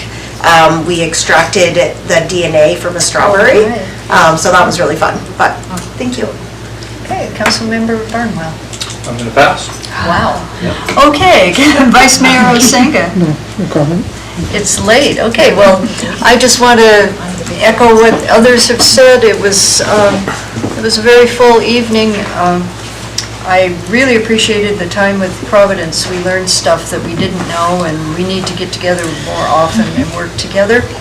I want to remind people that it may seem not yet, but spring's just almost here, and I saw a couple motorcycles, and people are biking more already. And people aren't used to seeing motorcycles or not seeing motorcycles, so just be aware that things are changing and speeding up in Seward.